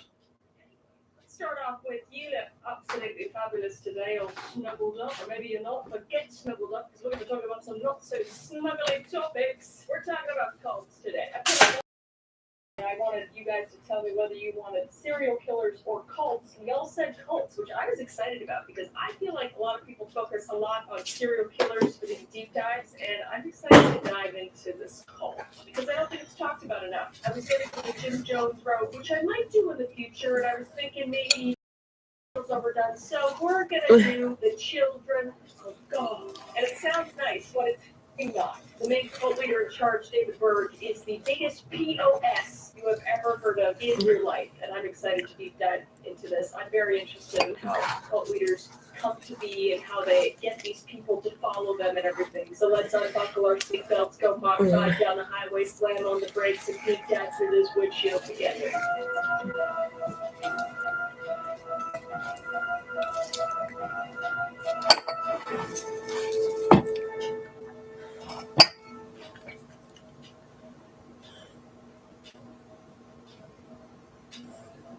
All right, so for those of you who don't know, the Children of God, otherwise known now as the Family International, is a far-reaching Christian cult that started in the late 60s by David Berg. This Santa Claus looking perverted, but it's always the 60s, isn't it? Something about that time just is terrible.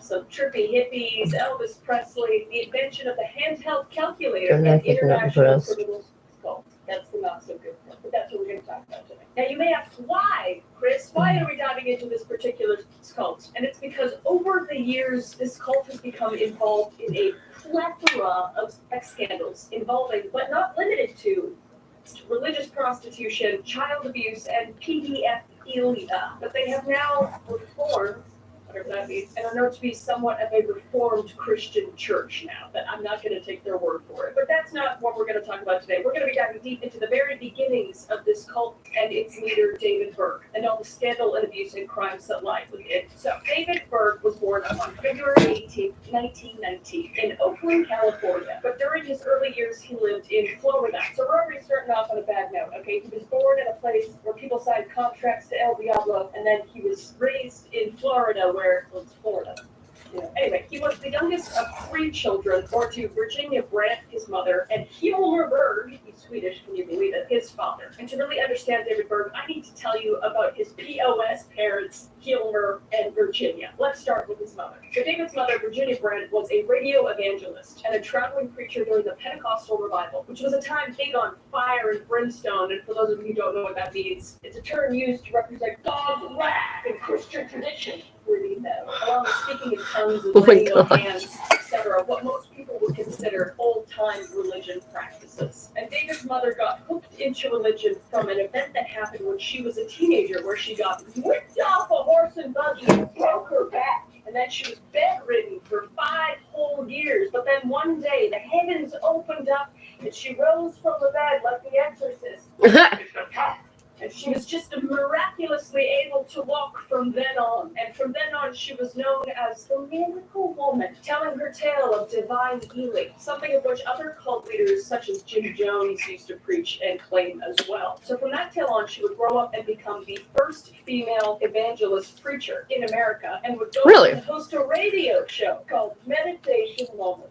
Something I feel like I had to do several times while researching for this video. But isn't that just like a nice story? Something that gives you hope in life for humanity. Just miracles happening on their own like that. That's pretty great. It was fake. Can you believe it? A religious leader trying to exploit people for money and fame and favors? I've never heard such a thing. But disclaimer, no hate to anybody that is religious, okay? I know plenty of people that are religious, and they're some of the best people I know, including my family, all right? But let's not pretend there aren't some slimy scumbags that use and abuse it for evil, okay? I digress. Let's continue. So like I was saying, all David Berg's mother's claims were found out to be horse shit, because years later, one of David Berg's daughters would reveal that the entire time she claimed to be bedridden for 5 years, she was actually at the Texas Christian University in Texas, healthy as a horse. So all this goes to show that blatantly lying to use and abuse innocent, vulnerable people for gain was already in David Berg's DNA. But wait, there's David Berg's father, Hilmer Berg. I really hope I'm saying that right. It's really fun to say. A poor Swedish immigrant who, before coming to America, made money performing musical numbers and acrobatic routines in a wandering minstrel show. Minstrel show. I definitely spelled it wrong. I said menstrual show, but I feel like that's wrong. Like a Swedish hippie, which wasn't bad necessarily, but just added a little bit to the David Berg cult leader stew that we're cooking. Having a mother who already practiced scamming people through religion, and a father who was just like a naive hippie drifter, along with the fact that David Berg was growing up in a time where new religion, conspiracy, and cults were absolutely rampant. It was just a recipe for disaster. So after David was born, the Bergs threw themselves into the Pentecostal church. And for those of you who don't know, those are like the snake handlers, the faith healers, the tongue speakers. These are the people that, in my opinion, the Lord would claim went hard to the paint. And by paint, I mean huffing it. This type of religion and these type of people were basically just dramatic theatrical performances put on for every sermon.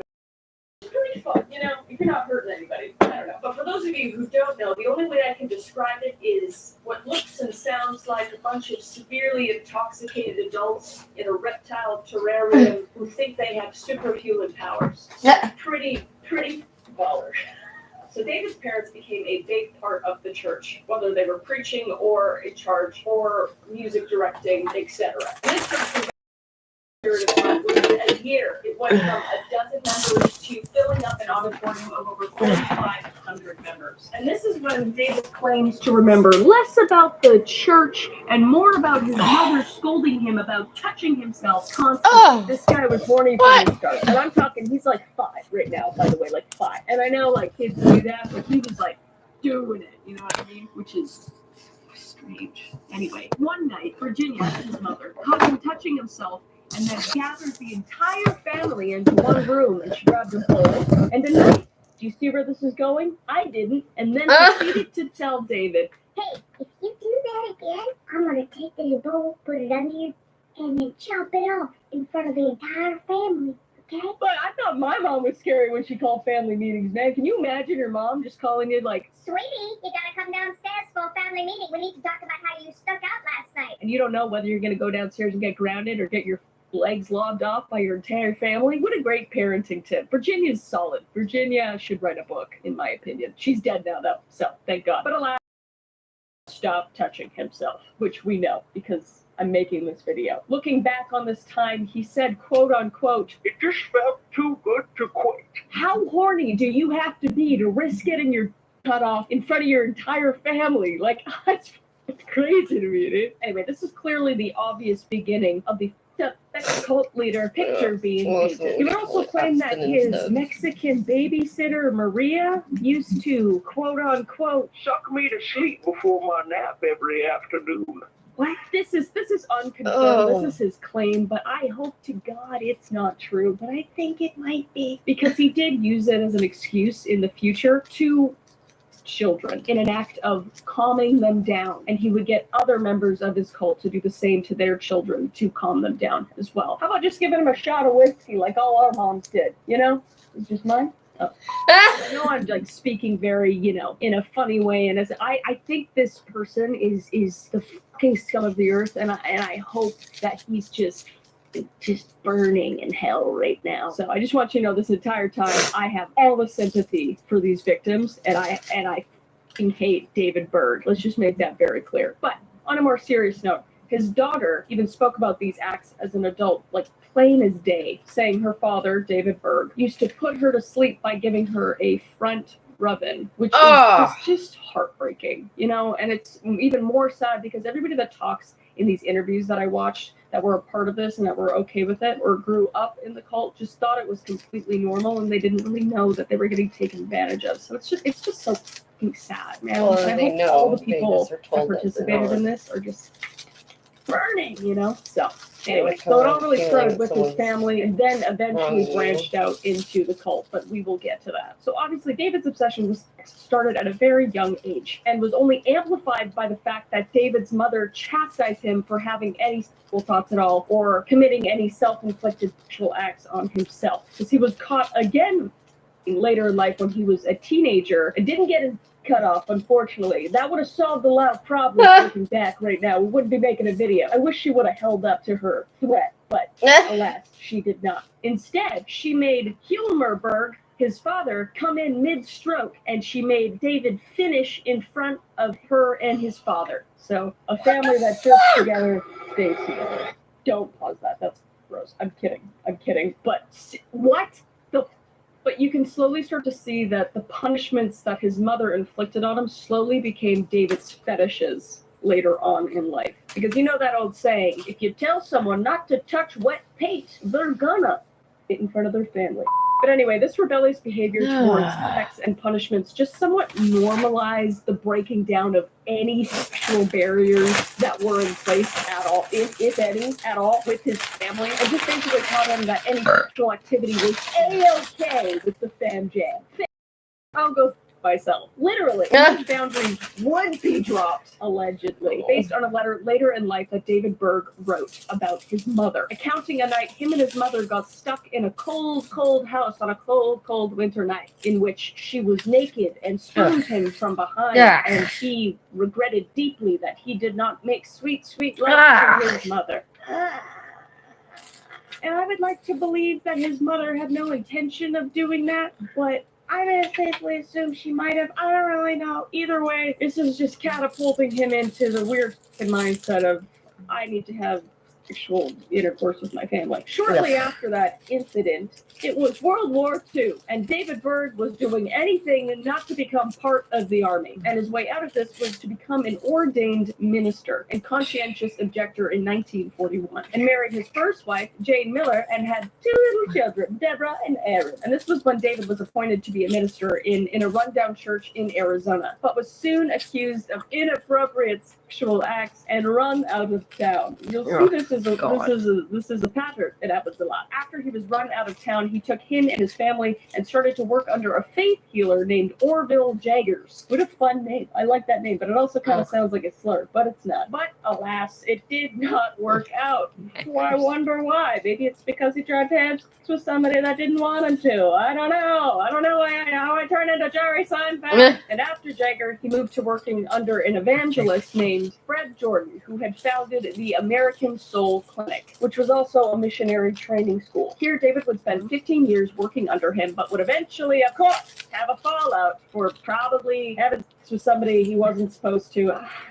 This guy. But now, 50-year-old David would leave with his family and take them on the road as the Berg Family Singers. That's right, he made his family into the White Jackson Five, but would fail miserably. And that's a pattern that happens in his life. He's already 50 years old, and everything that he has done in life has been a massive failure, which is kind of a pattern for most cult leaders that you look at. They are successful later in life as being a cult leader, but it was due to them failing constantly in life, just doing, good stuff? Not really. But you find that the only thing that they find success in is manipulating people and being pieces of shit. So what do you do when you're a massive failure at 50 years old and your family resents you and you can't take care of them? You crawl back home to mommy. And where is mommy? Mommy is in California. California love. This is when the hippie era was in full swing, and Virginia was out there taking advantage of it. She would go out and give peanut butter sandwiches to the homeless hippies, and in exchange, give them the word of God. And I just picture her just on the boardwalk. Hello,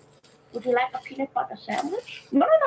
Come. I need you to come in front of my husband first, and then I'll tell you about Jesus Christ.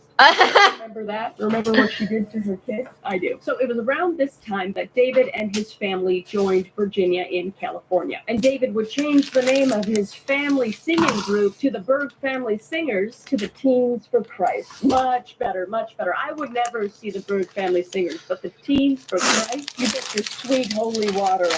I'm going to be front row at that concert. And he would get them to perform on the beaches of California to make some extra ends meet. But shortly after arriving, Virginia Berg would die. Oh no, Virginia, she's dead. Oh no, I loved her so much. Just kidding. But this is when David would get a second wind and truly realize his potential in making the optimal, unstoppable sex cult he's always dreamed of. And that's how a lot of cults started back in the day. The 60s were a time of the hippie movement. No one really had any direction. Everyone was doing drugs and having sex and partying and free living life on the road with no responsibilities, etc. And near the end of the movement, which is the time period we're kind of talking about right now, people were kind of over that and they were looking for a purpose and they were looking for something to live for. In comes religion and religious cults. And a lot of people found purpose in those because they were far away from their family. They didn't have any possessions, or even if they did, it wasn't much. And these religious groups would take them in and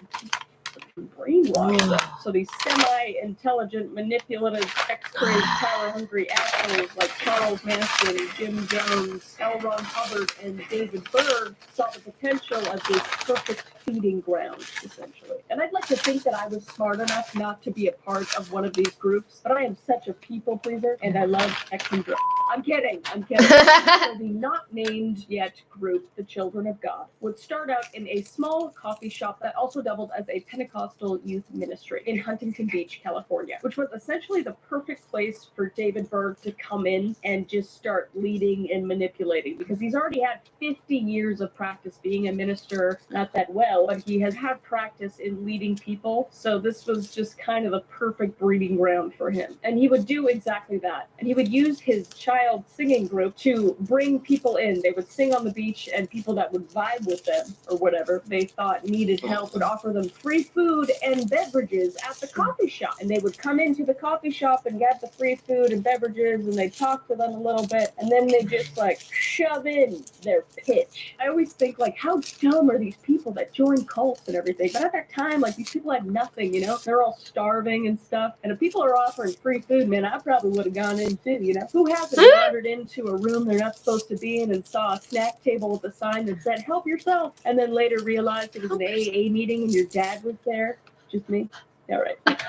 So Berg basically used those kids to prey on people that looked lost, helpless, poor, and sad. So they would befriend these people, get to know them a little bit, and then, like I said, would pitch them their master plan, which Berg came up with this propaganda type pitch, basically going against the system. You guys have probably heard of that, like, the system, man. The system is gonna get you down. That's the man, you know? Everything's a conspiracy, man. It's the government. Your parents are after you, man. You should be able to not wear a shirt and not wear shoes, you know? And just not wear underwear and pick up that pen that I threw over there or whatever. What? But that's what his pitch was. The whole pitch during this time was that Jesus was a rebel. These type of people would later on become known as Jesus freaks. And also, Elton John has lyrics saying Jesus freaks in the song Tiny Dancer, which is fun. Jesus freaks. But David Berg's whole plan was to build up their confidence and to be independent religious rebels. Meanwhile, he was under their watch and were gonna be under him soon. And unlike many other cult leaders who essentially claimed they were God themselves, David Berg only claimed that he was a prophet of God, like Moses. You know, the guy The Messiah. that stick in that thing. So it was easier to convince people that he was merely a follower or a messenger of God and not God himself, not the idol to which they were praising, essentially. But how nice would that be, you know, just blaming all of your problems on just this being and not taking any blame for it? Like, I could just see him like, "Listen, Melanie, I don't want you to give me a lap dance naked, okay? And I don't want to lick whipped cream off of your bosom. But the guy upstairs, I talked to him, and he's not budging, all right? He said that we got to do this, and I don't know what to tell you, all right? So let's get to it." So David had established this group, and it was rapidly growing. Even the newspapers took notice, and they would actually give them the name, the Children of God. And at this point, the church itself was pretty much asexual. David Berg was preaching purity and only really protesting against causes and focusing a lot on God. Basically, like, it was like pretty normal church to begin with. Meanwhile, behind the scenes, he was doing horrible things to his own kids and family. He wanted to make them feel safe and secure because they hadn't for so long during that early 60s era, being so freebird. So he basically was just trying to gain their trust and make them feel safe and comfortable, all to make them eventually bow down and give into every sick request and sermon he would preach down the line. So in 1969, David Berg began making his first prophecies, the first of which was that the whole of California was going to get sucked in by a giant earthquake, which is pretty believable. I think that's pretty good. Some guys are saying like, oh, spaceship's going to come and take us all out. But he actually went with a practical route because I feel like that might happen in California. Like a lot of cult leaders, David Berg was using a fear tactic to split all these people up from anything they knew. If they had family or if they were questioning themselves in the church, he wanted to pick them up and move them so they didn't have time to think about anything. He did this by using Armageddon as a fear tactic. So he picked up the now 50 members of the Children of God and left California, but he also left a few behind just in case the earthquake didn't happen.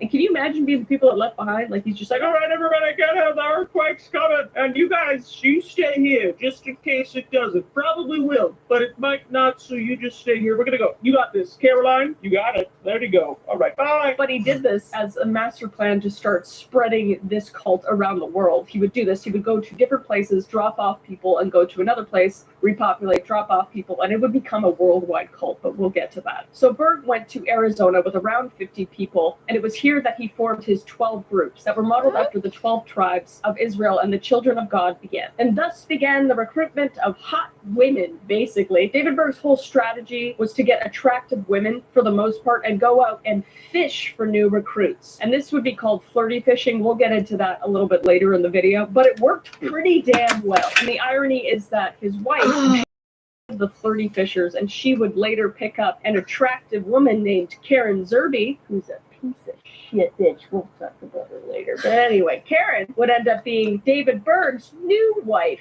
So Jane basically picked up David. She just got tossed out, basically, which I think is absolutely savage and, like, just a little bit funny. I'm sorry, I need to put my glasses on. I'm starting to get a headache, and I need to start wearing these more because I can't see. But before David Berg would ship off Jane, his old wife, he would convince Jane and Karen that the only thing to make things work would be polygamy. And for those of you who don't know what polygamy is, this is what it is. But basically, it's allowing a man to have multiple wives, or vice versa, I believe. I might be wrong. The description's right here. But anyway, how convenient for David. Again, he's just like, well, I don't know, Karen and Jane, the guy upstairs, I don't want to have multiple wives. That's crazy. I definitely don't want multiple women doting on me all the time, but the guy upstairs just isn't budging. All right, so let's get it on. So later that year, David Berg would take his wives, children, and the now 100 cult members and go to Quebec, again as the founding convention of the Children of God. So now they're going international, baby. All right, they're going Pitbull with this thing, Mr. Worldwide.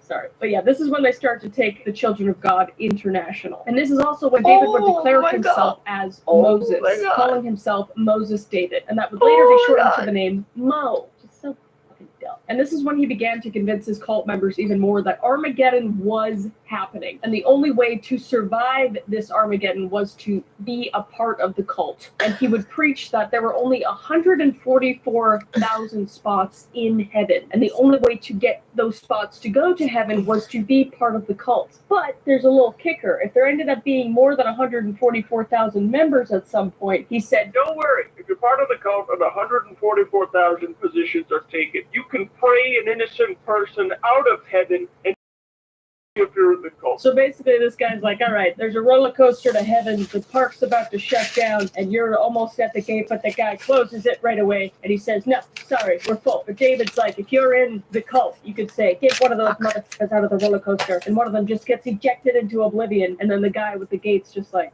oh shit. All right, go ahead. Pretty baller. It's so ridiculous. I can't. Anyway, and the cherry on the cake was that if you join the cult, you get to sign a contract called the Revolutionary Contract, where you basically gave up all of your possessions and forfeited all your assets. And that's how the church made money and paid for trips and paid for everything that they had, basically. So it was a big communism cult. After gaining more members and more momentum, in 1970, he would take 200 members from the cult and move to Texas, because everything good happens in Texas, right? So many terrible things happen in Texas. But anyway, they'd go to the Texas Soul Clinic, which was basically a ghost town in Texas that they filled. And here, any new members being called Babe, would get new names when they enter the cult, usually coming from the Old Testament. And like in Quebec, everyone was split up into 12 groups and were also assigned work assignments. But the point of these 12 groups really was just to separate everybody, and the work assignments was just to get work done in the commune. Those work assignments including maintenance, cooks, livestock, etc. But none of these groups were actually able to take advantage of what they curated. All the good food and everything good that they procured went to the inner circle, or the top of the food chain, like David's family, and then the rest of them would just get like scraps, even animal feed they would have to eat, and not one person was allowed to be alone basically at any time. Everybody was assigned a buddy, even to go to the bathroom, which is fucking disgusting. And a torturous ambiance was constantly playing, just like Jim Jones, which if you want me to talk about that, let me know in the comments below. But like Jim Jones, he would play Bible verses on speakers constantly throughout the day, so people didn't have time to think. And these Bible verses were also ones of which they were expected to memorize, which was over 300. I can't even remember a fucking phone number, let alone 300 Bible verses. But the whole point behind this was so people didn't have time to think about their shitty lives in this cult, basically. Because if you're memorizing Bible verses, you can't think about your shitty life. So everything in the Children of God cult was communal, even down to shoes. And it's like, I just kind of imagine like an old guy going up to David, just like, Hey, David, so I got these new work boots, and I can't seem to find them. Somebody took them, and I just cannot tend the fields in these size 6 woman Louis Vuitton stilettos. They do make my ass look fantastic and like I'm carrying a shelf, but it's just not practical. Like everything was shared. Nobody had a possession, but the only possession you could have was a Bible, of course. So it all sounds really terrible and inhumane, and it makes no sense for us looking in. But at the time, the world was going to end, and the only way that they could get into heaven was to continue to practice what they were practicing. So it's really just sad. And this is before it gets terrible. It's already terrible, but it gets way worse. At this time, also, there were several members who were actually going to be famous, including Joaquin and River Phoenix, and also Rose McGowan. And also a member from Fleetwood Mac, Jeremy Spencer, would join in 1971, leaving the band, which why the fuck would you leave one of the most famous bands to be a slave to a cult? I will never know. But anyway, I digress. But it just goes to show the impact that David Berg had on these people. And this is around the time when David Berg would start preaching that you need to save sex for marriage. You wouldn't even be allowed to hold hands, let alone kiss anybody before marriage. Meanwhile, he's having sex with all of his family members in his house and not keeping it a secret. He was making the people under him feel okay and safe and pure still, but he was practicing this on the side so they would see it and be like, oh, okay, so that's normal. And then he would just slowly trickle in his practices into the rest of the cult. But right now, he's preaching purity. And some of the things David Berg used to do with his family was sharing parties, which is where he would gather his family into one room, strip naked into his loose, saggy, decrepit nude form, and make his sons and daughters and their spouses all have sex together while he watched, which is just so terrible and awful, and I can't even imagine. But David was just a giant. So every sexual practice that Berg would eventually teach to his whole congregation was practiced beforehand with his family. For another example, Berg used to pin his sons against each other and ask them if he could sleep with their wives, and if one of them refused, which is normal, he would demote him in the inner circle or have him go out of the inner circle. And if the other one would let him sleep with his wife, then he would promote him. So the other one was forced to let David sleep with his wife so he would get promoted. So basically, they didn't want Berg sleeping with their wives, but he didn't really give them a choice, which is terrible. Can you imagine? I don't even want to Anyway, and this is when Berg would eventually ship Jane Miller, his first wife, his old wine wife, as he'd call her, off into one of the other communes around the world, and he would keep his new wine wife, Karen Zerbe, with him, and she would become the queen of the Children of God. And this was also around the time where Berg would start writing his infamous Mo letters, which were just a series of rambling newsletters that Mo/Berg wrote himself. This is an excerpt from one of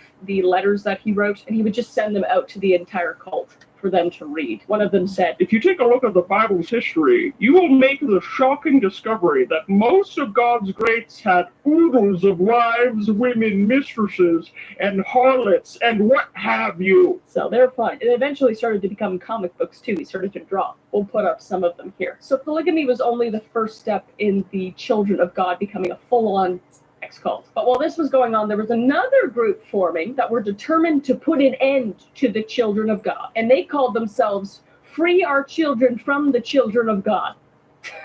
Which, like, the name, good for you, but the name is so just nail on the head, I just picture a couple of moms that made the group that are just like, Okay, so me and Debbie, we're just really putting our heads together, just trying to think how we're going to free our children from the Children of God cult. And we just thought the name should be something that explains that. So we were thinking that it would be Free Our Children from the Children of God. What do you think? And the guy in charge is just like, it's good. Maybe we'll try to get some other requests. I'm not sure. And she's just like, I'm the one that brought the cookies and juice in the back.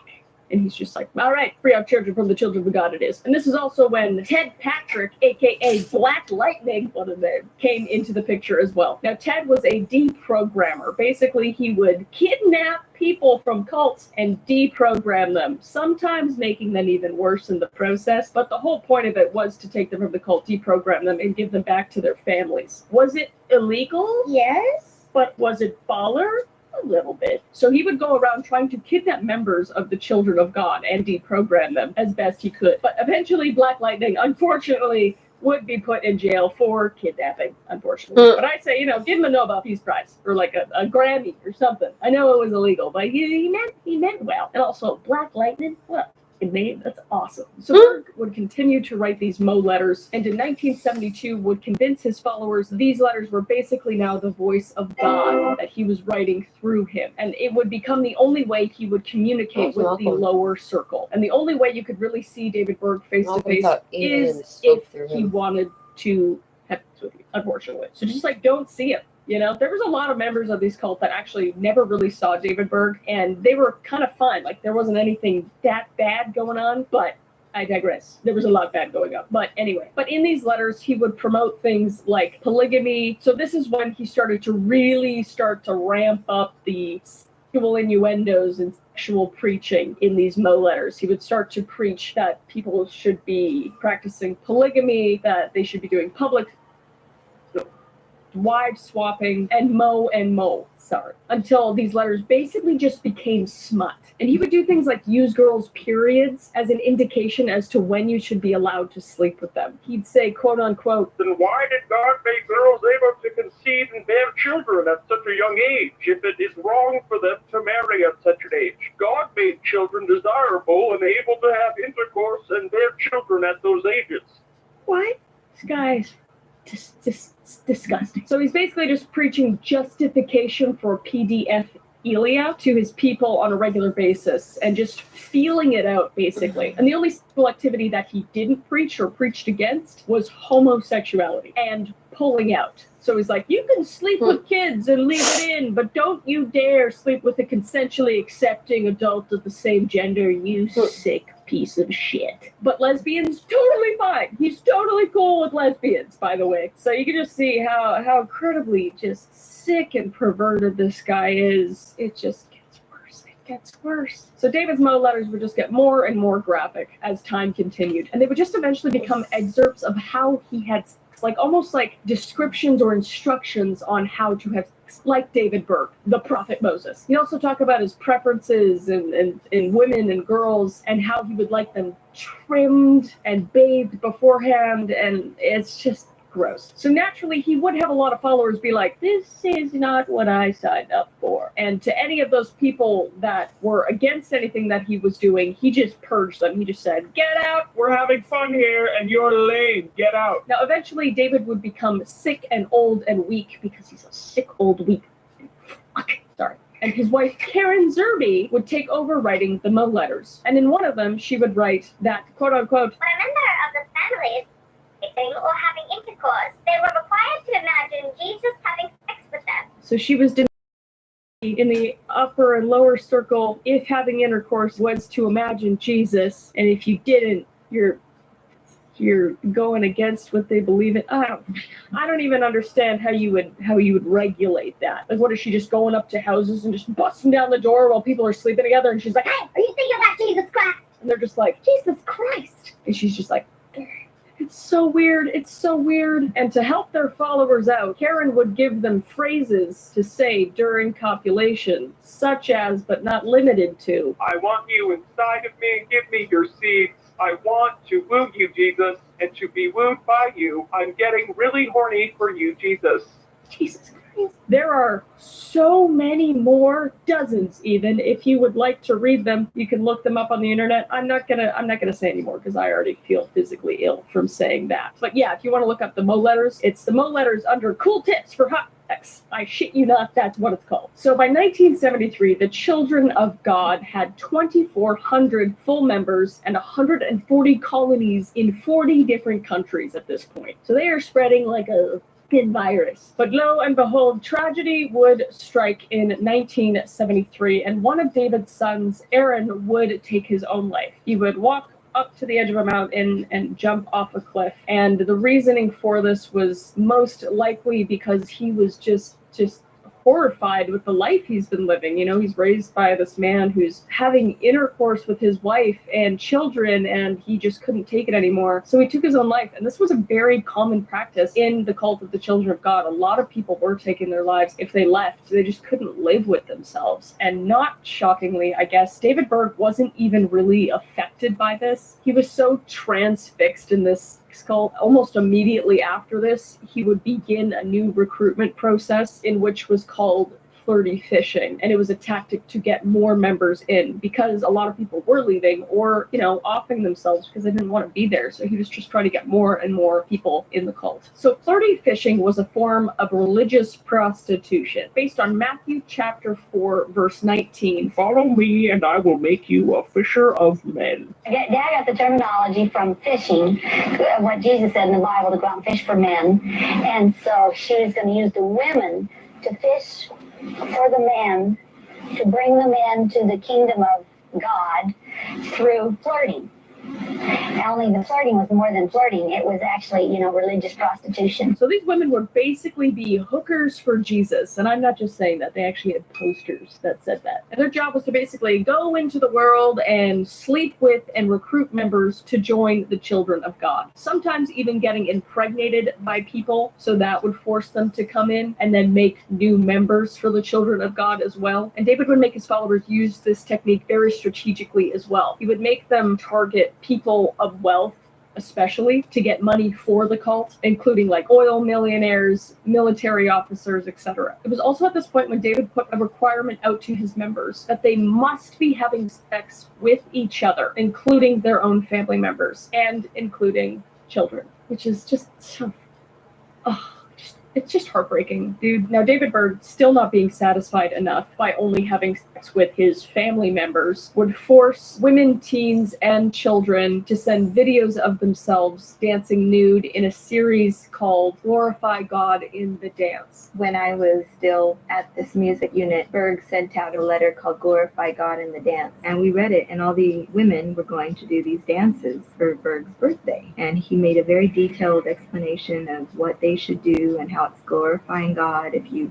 disrobe in a very, I guess you'd say, gracious manner. And that's how he presented it, as you're like a heavenly woman who's dancing with veils. So women started making videos for him at his behest, and then someone got the bright idea that let's include the children. So although a lot of people were against these new practices, a lot of people were for it as well. So in 1974, David instituted the R&R, or the Reorganization Revolution, to purge any members who objected to his practices. And in that same year, Jim Jones had committed his mass side of over 900 people in Guyana. So there was a lot of public backlash at this point against cults. So David Berg, fearing that they would try to end the cult Children of God, faked disdaining the cult and just changed the name basically to Family of Love, which is just even more gross somehow. And it was around this time Karen Zerby, David's new wine wife, had claimed to have slept with over 18 men from one hotel over 137 times. Jesus Christ. Which I'm sure she was thinking about while having sex with them. And can you believe it? She got pregnant with a son. Now, in the book of Revelation, it says God would merge to battle and defeat the Antichrist. And David Berg believed that Karen was one of these prophets, and he also believed that her unborn child, who was not his child, but some rando hotel staff member, was also a prophet and the new Messiah, essentially. And this child would be known as Little Ricky. Now, Ricky would pretty much have the most documented and heartbreaking story out of this whole thing, because his entire life was documented in a book, in a 762-page book, describing all the horrific things that happened to him through being an infant into childhood. And the book to this day is one of the most disturbing cult artifacts to exist. Now, this book was made as a guideline for the second generation. The second generation being all the children that were born into the Children of God cult and how they should be raised. And the 8,000 members of the Children of God at this time would believe that Ricky was the new Messiah from reading this book when it was published in 1983. Like, I want to have some sympathy for these cult members, but at this point, you're just dumb and stupid and gross and a piece of shit if you're a part of this, okay? Because you know what you're doing is wrong. But I do have the utmost sympathy for all of these children. Anything to these kids should just be beat down into the pits of hell. So Ricky, otherwise referred to as the Brown Prince, was used as an example of how the perfect child of God should be. His mother, Karen Zerby, the bitch, was too busy doing other occult activities. He was raised by two of Berg's right-hand women, aka elite flirty fishers, aka sick Sarah Kelly and Angela Smith, and also Suzanne down the line. Sarah, for example, offered her 7-year-old daughter to Berg for sexual activities of his choosing without even blinking an eye. And she began practicing sexual acts on Ricky when he was only 17 months old. A plethora of incredibly disturbing excerpts from this book in relation to Ricky growing up and getting and abused as a baby and as a child. And I'm choosing not to say a lot or most of these excerpts from the book's the story of to talk about, and it's sick and disgusting, and it breaks my heart. Sorry, try to keep it light, but like, the people are sick, you know. If you would like to research more and find out more about this, you can the story of David E. Tread carefully with that. So obviously Ricky was born into and had lived a life of abuse and trauma from a very early and young age, and then unfortunately only continued. For example, he would be forced to have a girlfriend at the age of 12, a girlfriend of which was much older than him, almost in her 30s, and be forced to commit sexual acts with each other as well. And his mother would force him to have sex with him as well. This is Karen Zerby. But in 1986, with immense David Berg had to ban sexual activities between adults and children in the cult. Boo, ping poo. Good. And not that it did actually stop, but a lot of it did, because he was told he had to ban it. And in 1887, flirty fishing was called off as well. But this was happening. David Berg didn't want any new members coming in or spreading AIDS amongst the cult. So it was essentially just to keep his cult healthy and clean and pure, as if. So during this time, although David Berg called off all sexual activity between adults and children, the abuse did not stop under David Berg's roof. He would continue to abuse and have sex with every woman and child in his family, including the daughter Mary Berg, man that took his life jumping off the cliff, Aaron Berg. So David Berg's granddaughter. Berg would also make Ricky, his grandson, have sexual relations with Mary Berg, his granddaughter, in hopes that they would one day carry on his bloodline. So Karen, being the sick that she is, was jealous of Mary, her granddaughter, that she may possibly become the new queen of the god of children because she was having relations with her husband and grandfather, David Berg. So she sent Mary off to the Philippines to one of the teen training camps, which is basically where they put teens that would be rebellious against the cult. And Mary was put through 6 straight months of just abuse and being beaten, and she was tied to a bed for 6 months in this one room. And she would also go through multiple exorcists. And yeah, how could I do it? Well, I wasn't the oldest. I was the oldest for a long time, but of course at team training, there was a bunch of girls there that were older than I was. But, you know, let me tell you, that is not something that you talked about with people, anybody, or, you know, are you going to turn into a community case or whatever. Just insane. And my sister had such a tough time in team training. She's a 6-year-old, for God's sake. Animals. I hate those things. They're gonna get it too. So Ricky and Mary would undergo years and years of abuse and would unfortunately only have one of their abusers pay for the criminal acts that they committed. And that was a woman named Susan Joy County. And the one to give out that punishment would be Ricky himself, which is kind of baller. Like, I don't agree with murder, but... So David Berg, thank the Lord, would pass away of old age in 1994 at the age of 74. I wish there was a better way he died, but he just flailed off like a flaccid.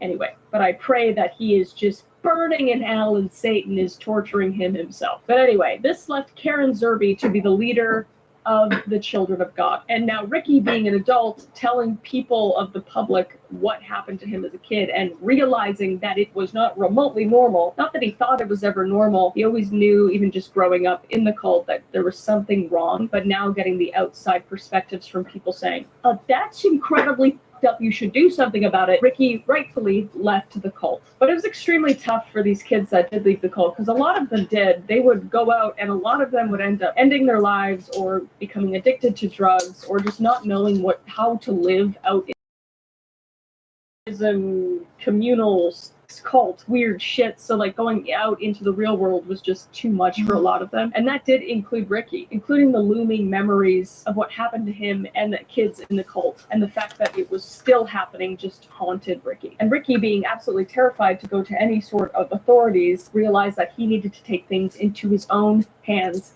and cut the head off the beast and kill his mother, Karen Zerby. And now, goddamn, I can shave. So, one shot, one kill.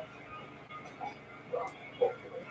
Anyway, we'll see about that. So Ricky, knowing that one of the former members of the cult, Susan, who we just talked about, and also one of his worst abusers, was still in contact with his mother, Karen, which at this point no one knew where Karen was. So his plan was to invite Susan to a charity event where he could talk to her about possibly re-entering the cult. Or that was his plan. That wasn't actually what he wanted to do, but that was his plan, to get her to come. And then on top of that, he was going to get her to come back to his apartment and then get the location of Karen Zerby out of her with any means necessary. And this whole plan was shown on an over an hour video of him in the place where the charity event was going to take place, of him just talking to the camera, loading a gun, and basically on his mind and how he's going to dismantle the cult. I would highly recommend going to watch this video. I'll try to link it down below. It's just incredibly sad to watch. For growing up in the situation that he did, he's such an empathetic man at this point, young man, and you can just tell that he just wants to help people and to just dismantle this disgusting cult. Not that murdering anybody is the right thing to do at all, but it's a pretty heartbreaking video to watch. But I would highly recommend it because I can't show it all here. I'll show some clips though. And the reason why he did film this video was so that when he did kill Karen Zerby, he could show this video to the members actually happened behind the scenes, because a lot of them were oblivious. So his plan, like I said, was to take Susan back to his apartment and extract the location of Karen Zerby from her while holding Susan hostage. So he actually did so, but in the midst of executing his plan, he was explaining to Susan why he was doing what he was doing, and he was repeating all of the abuses that she did to him and that Karen did to him. And in a full-on rage, he attacked Susan and stabbed her 5 times and then slit her throat. So being absolutely horrified with what he had done, he got into his car and kept driving out of state until he got to California, where he would first stop at a motel to shower and get something to eat, but then get back in his car and go drive to an industrial site, where he would put his phone on the console, take his gun out, put it to his head, and decided he could not live with what he had done, and he pulled the trigger. And to this day, we do not know where Karen Zerbe is, but we do know that she is still the head of the Children of God, now known as the Family International, and it still has over 10,000 members in 80 countries worldwide. We should take our brains, use us as slaves, because that's what we were, every last one of us. No matter how we were treated, we were fucking slaves. Just there for a sick pleasure. So that's where it was at Grandpa and Mama's house. Okay, well, keep fighting, keep the faith, all that other stuff. Someday, in some way, some of us are going to be around to see those burn, literally or figuratively. They're going down. So, with that happy thought, I shall leave. That is the unfortunate conclusion of this video. It's a heartbreaking story. Reading about it and researching it was just, it was interesting, but I just can't believe that there's these evil people in the world. But I'm glad I get to talk about a kid that clearly fought through adversity and unfortunately lost in the end. But I highly recommend reading his story because it is heartbreaking, but also extremely interesting. I really hope that you enjoyed this type of video. I'm really enjoying doing these kind of serious but lighter videos, and I get to research and learn about stuff, and I get to teach you guys about stuff as well. And also just stay safe, okay? Don't listen to hot women in bars that are trying to get you into a cult, okay? And just be smart and stay safe, okay? I just want y'all to be safe, all right? I grew up watching Dateline and stuff, and I feel like it's made me real aware of my surroundings and everything. But I just want you guys to know I really appreciate you. I love you, and please be safe. If you like the video, please like the video. If you want to subscribe.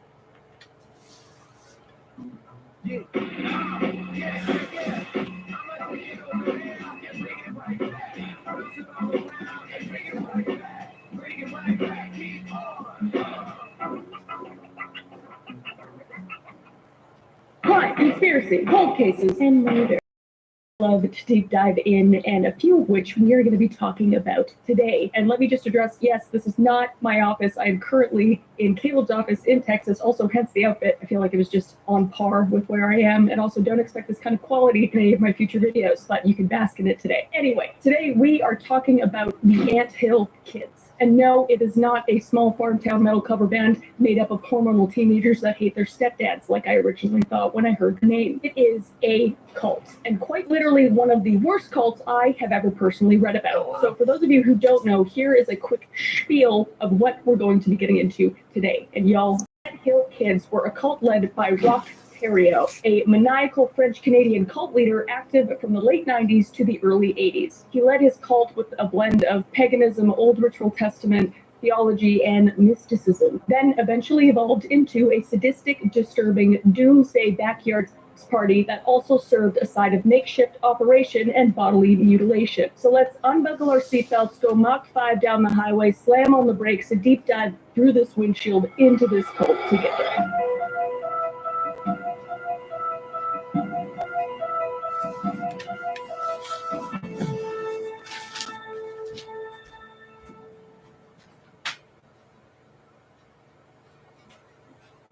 So I truly didn't think I could find God, and if you haven't seen that deep dive, you should go check it out right here. But I did. And it all starts with Roch Thériault, or should I say Roch Thériault, because he's French-Canadian to be exact. So let's go back to this little shit-stain's beginnings and get to know how he grew into the giant shit-stain he became. So Roch was one of 8 children, and when he was 6, his family moved to a small asbestos mining community in Quebec, Canada. Oh where my I'm God. from, not I'm not from Quebec. I'm from California on the other side, on the good side. And this place was called, were described by neighbors as backwoods people. From local recounts, people said that Rock's mother was relatively normal, whatever that means, but Rock's father was a religious fanatic, the first ingredient in our cult leadership. His father was a part of an authoritarian fascist group of Catholics called the White Berets, named by their distinctive headgear, rebranded today as the Pilgrims of St. Michael. Essentially, this group wanted to destroy, gain, and hand control of all institutions over to the Catholic Church. Oh my God.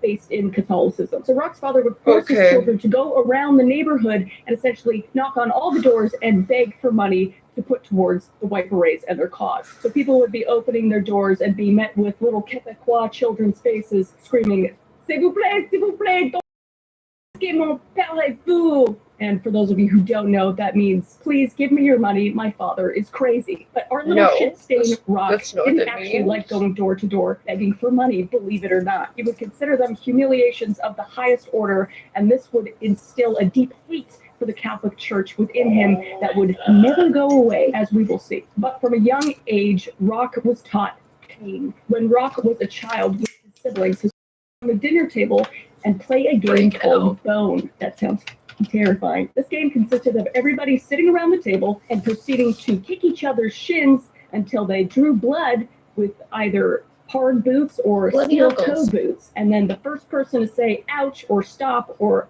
dear God, my leg hurts would lose. Which to a certain point, I feel like when I was a kid, we used to like put each other's hands and see like which one of us ducked out first, but I didn't do it with my father, and I didn't do it to the point of bleeding. So that's another ingredient in our cult leader stew. Rock would also claim his father would push him down the stairs and lock him in the basement cellar. And one of Rock's wives later in life would say that Rock claimed he was beaten relentlessly by his father as a child, so much so that he had internal scarring on his organs. But all these claims could never be confirmed. And what didn't help his story either is besides the fact of saying Rock's father was a little odd by being in the White Berets, none of the children ever actually showed signs of, nor did any of the other siblings ever claim any of this ever happened. So you're going to start seeing a little pattern here of Rock being a manipulative, lying piece of shit, but we'll get more into that as well. But back to his childhood. So Rock was widely known as a troubled kid. He'd steal money and cigarettes from his parents, who didn't, am I right? Just kidding. And he would also blame that on his siblings, so he was probably a middle child, or the youngest. In a memoir he wrote that was 173 pages long, he would tell stories of his childhood that I don't even think an actual child would believe to this day. He would create these like grandiose stories that were clearly not real. One of them being this. He said in his memoir that when he was a child, he was walking home from school and her cubs. But instead of her attacking him and killing him like they probably would, she took him in as one of their own and played with him for the entire afternoon. And then he went home and was fine. So there's that. Rock would also lie about ailments that he had as a child to elicit sympathy, which, again, I feel like that's something kids kind of do. I faked sick when I wanted to get out of school. So, but am I a cult leader? Did I create a murder mutilation cult? Yeah, he almost had Munchausen syndrome, but he was a complete narcissist as well. So I think it kind of went hand in hand with each other. He would claim to have until the age of 6, claimed he was unable to speak until the age of 8, and he claimed that he could hardly walk until the age of 12, when he did. Everybody knew that he did. He would just lie. He was just a pathological liar. Now, obviously, none of his claims were true, but there was one that rang to be actually true, and that is that he had a disturbingly large... About Sophie. She's the one. Same as Ruby Collins. And you must be Gordon. She's your ex?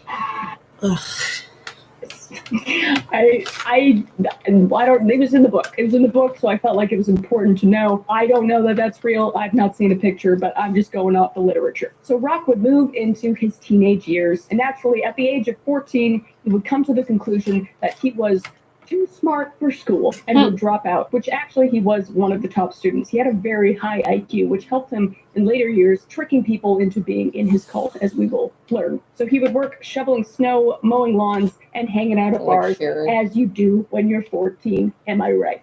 Just kidding. So in 1967, he met a woman named Francine Grudier. Sorry if I butchered your name. At a dance hall, and he would soon after get married. They would move in with one another and have 2 children pretty quickly after they got married. And Rock would get a job at a fire hall doing local inspections. Even though he didn't have a high school education, he was able to talk his way into a lot of jobs, regardless of him not having an education. And it was around this time Rock would start to form into the giant adult shit stain he became. In 1971, he began suffering from duodenal ulcers, and doctors would remove part of his stomach to alleviate some of his symptoms. And by the time he needed his second surgery, he had already gathered a bunch of medical textbooks and would memorize them so that when he went into his second surgery, he was able to recite the surgery step by step. So basically, he was backseat driving his own surgery. I've never heard anything more Canadian than that, and pretentious. And the surgery stuff will come into play later as well. Stay tuned for that. It's done. So although getting multiple surgeries for his ulcers, the pain would not go away, at least according to Crybaby Rock, who was already notorious for over-exaggerating every aspect of his life, including pain, as we know. He was the poster boy and founding father of the man cold, essentially. So this would lead him to become a full-on hypochondriac, convincing people that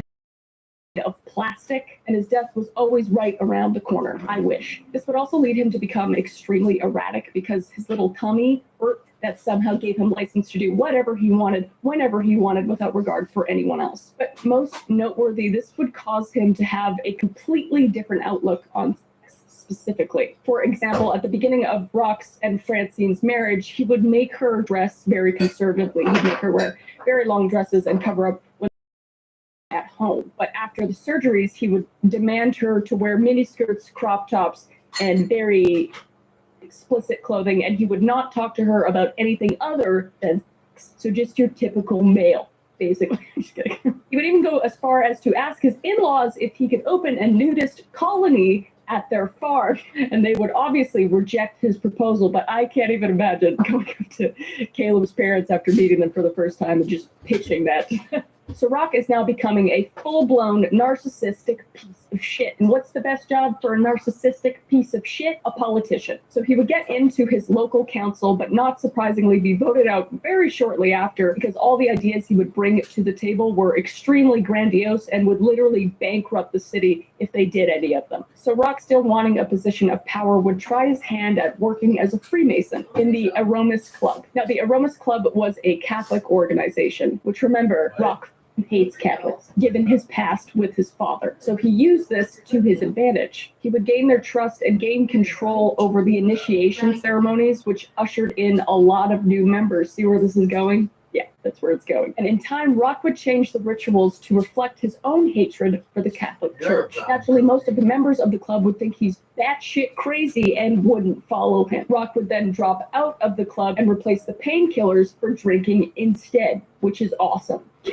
And shortly after that, he would soon find his cult niche, which was women. His first disciple being Giselle Tremblay. Giselle would grow up in a very cold and household. Her father would also talk shit to her about her own mother, his wife, and say that she had to be nothing like her own mother because she wasn't completely devoted to him and obeyed everything he said. So this naturally progressed into Giselle having a string of very toxic relationships, the worst being Rock. And this would lead to her mutilation later in the story. They would meet in a bar, and Rock, still being married, by the way, would write Giselle love letters and convince her that it hurt him that she would have the audacity to sleep with anybody else because she had a boyfriend at the time as well. He would also convince Giselle that his wife was cheating on him with and he also threw in the fact that he had cancer, but he didn't actually have cancer. I just can't imagine sitting with a guy and being like, please tell me, are you actually married? And he's just like, yes, I'm sorry, but she's a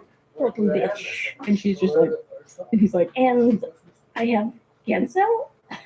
Oh my God, you poor baby. Yes, I am a poor baby, so take off all your clothes. I just don't understand. So naturally, this would sway Giselle to leave her life and spend all her free time and work for Rock. They would sell homemade beer mugs at local fairs. Shortly after that, Giselle would leave her current relationship, and Rock would leave his wife and his 2 children behind without looking back. And Giselle and Rock would move to Benford Mines, Quebec. And this is where Rock would become obsessed with religion, reading the Bible incessantly and denouncing the Catholic Church. And this is where he would find passages in the Old Testament that highlighted that women must be submissive towards men, and started to revolve and create his own religion based off of those passages and those passages alone. He didn't just look for the ones he liked and just built a whole religion around that. He just forgot about the whole, respect your neighbor and your wife, and he just opted for women should be subservient to their husbands. So at this point, Rock did not have a church of his own or any kind of his own following, really. But this is also when a Seventh-day Adventist preacher, Pierre Zita, would move into town and start his own church. Rock, being new to the Seventh-day Adventists, which I'm going to refer to as the SDA because that is a mouthful I don't want to keep repeating, was extremely intrigued from the start because they represented everything Catholicism did not. For those of you who don't know, the SDA are essentialists who preach a simple life with an enormous amount of restriction, aka a prime breeding ground for a cult. The SDA Church is a Protestant denomination characterized by its observance of the biblical Sabbath, which is Saturday, and it emphasizes on the imminent second coming of Jesus Christ. And its fundamental creed is the Bible and the Bible alone, emphasizing healthy lifestyle habits, probably the only good part of this religion. Many SDA members practice vegetarianism and adhere to kosher laws set forth in the But apparently pork and other unclean foods. If that's unclean, then call me filthy because I love a bacon-wrapped scallop. SDA members would also practice abstinence from illegal drugs, tobacco, and alcohol. So Rock essentially loved Judgment Day more than anything about this religion. Specifically, the This girl's part really where funny. everyone on Honestly, earth she's would be really divided funny. I like into her. either the blessed or the damned. Which Rock, being Very a pretty. narcissist, this kind of all made sense because narcissists see themselves as better than everyone else or as the chosen one. So he naturally thought he would be one of the blessed. And he also loved that his entire Catholic family would supposedly be part of the damned group. So Yeah. he basically loved the idea of his entire family just rotting and burning for eternity in hell. So this was right up Rock's alley. So Pierre Zita, the SDA church preacher, would start his church in Rock's hometown and gain a whole congregation of 6 people. It's pretty sad. So he would preach in rented hotel rooms week to week, and Rock would really enjoy these sessions because he was able to gain the attention of all 6 people, but he liked being able to bitch about his ex-wife and just talk about all of his problems and ailments and have the room be completely captivated. Because people would say that Rock was extremely charismatic. Really? That's what kind of sets him apart from other cult leaders. He would also start selling SDA books on behalf of the church and become one of the top salesmen. Giselle, his girlfriend, would be baptized in the faith as well, and they would become a team selling these books to the public. Nobody's there? They would also promote Rock and allow him to have the Spark in her therapeutic face. division Yeah, of the mine's been church, better teaching recently. people how to quit smoking within I'll 5 burn days, the bacon. guaranteed. And this new position of authority, although small, is believed to have been the fan to Rock's cult flame, giving him a taste of true power and control. So while Rock was busy helping people quit smoking, the other church members were busy recruiting new young members of the SDA church. And this is when a few of Rock's most devoted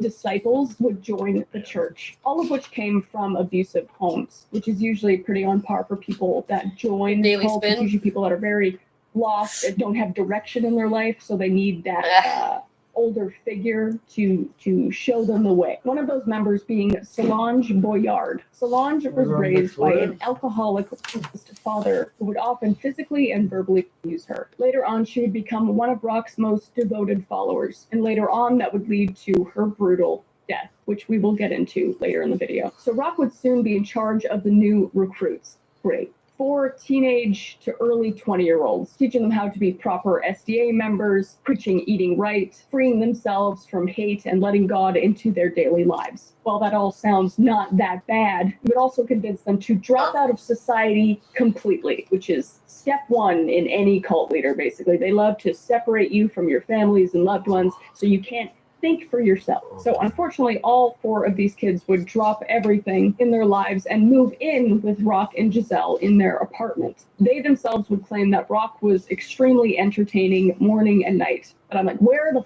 are these people's parents? Because at this point, they're still in the same city. They're like 18 to 20-year-olds that just left home and went to move in with a 30-something religious guru and his wife. Their parents were just completely fine with this. I didn't understand that. But there was one person's parents that actually showed a little bit of concern, thank God. Rock would face backlash from Chantel's parents, one of his other most devoted future disciples, if you will. He would go to their house and he would only really make it worse, saying, you know, you don't have to worry about your daughter. I have much experience in this lifetime. All except for murder, of course.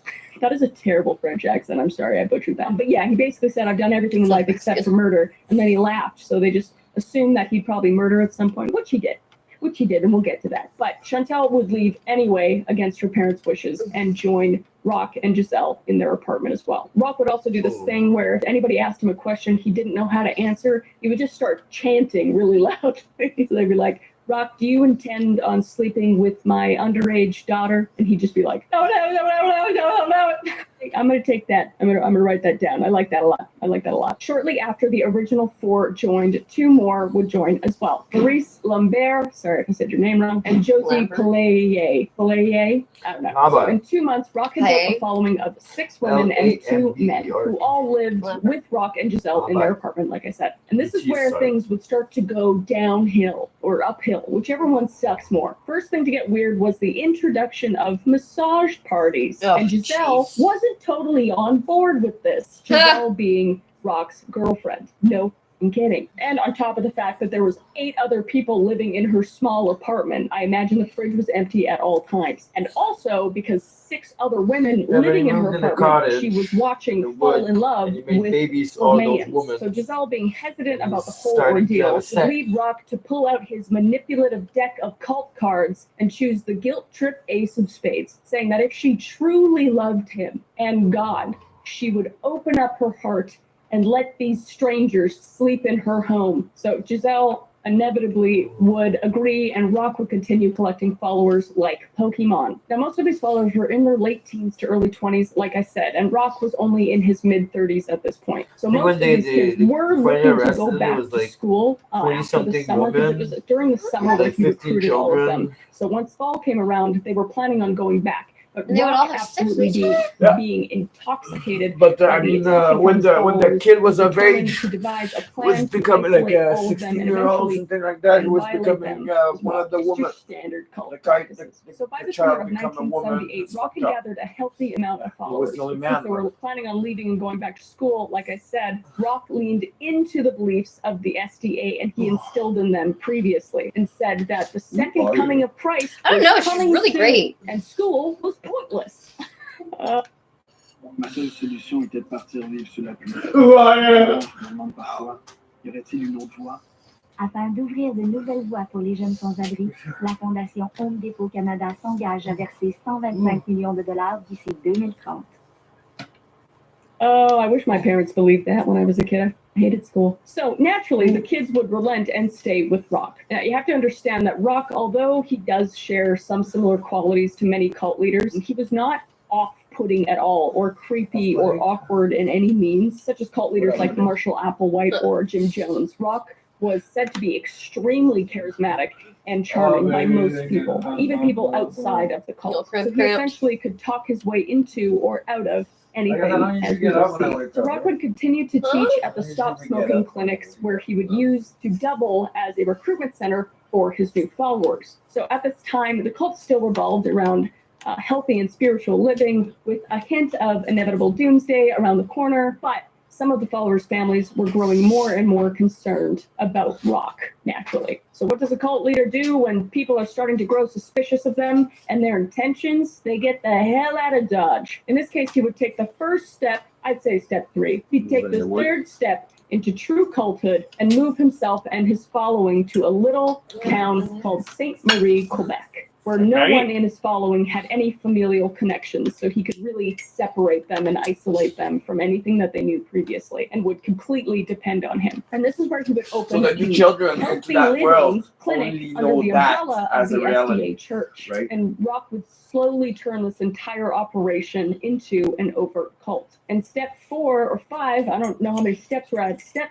I don't know, into any Hey, of she this has, cult is to take away The Star any Date. individuality. You know what her So seat Rock would is? force everyone to wear It's these Halo. super stylish uniforms. Spartan, And by super Master stylish, Chief I mean 117. Oh, cool. tunics, ankle It's length not up 'cause I tunics watched with those. Her ropes boyfriend. around the waist. I just pictured Viserys from Her Game of boyfriend's Thrones. chair. Pretty cool. 'Cause Pretty cool. And she's the like, women I'm would be not forced usually to wear filming a in the light place I green usually film. tunic, Oh, okay. and the men would be forced to Fucking wear cool chair, orange. though. And Rock, being the leader, But her hat has that star. he would choose his own Yeah. outfit, obviously, and he would choose a brown. It's tunic. Captain America. I figured he'd choose something cooler than Oh. that. I would personally, if I was a cult leader, not that I would I be, think I'd it probably is. dress I feel in like it's a like Jewish 80s thing. Jane Fonda workout gear, so Or I a could Russian thing. equally look stylish and be able Maybe. to run away from Well, the the police Red when I Star. inevitably get caught. So Rock is now living out in Sainte Marie, What is Quebec, with Giselle, his girlfriend, and his Yeah. followers. And Giselle was naturally growing very weary I looked and it up. jealous of all of these women. And at a this lot of the point, results said and it's like shut her up. Rock people would when they go propose to her Amish and marry her. country And he would marry her and they and go drive and to buy Montreal goods off to the do Amish. so in his pickup truck. Like And their, after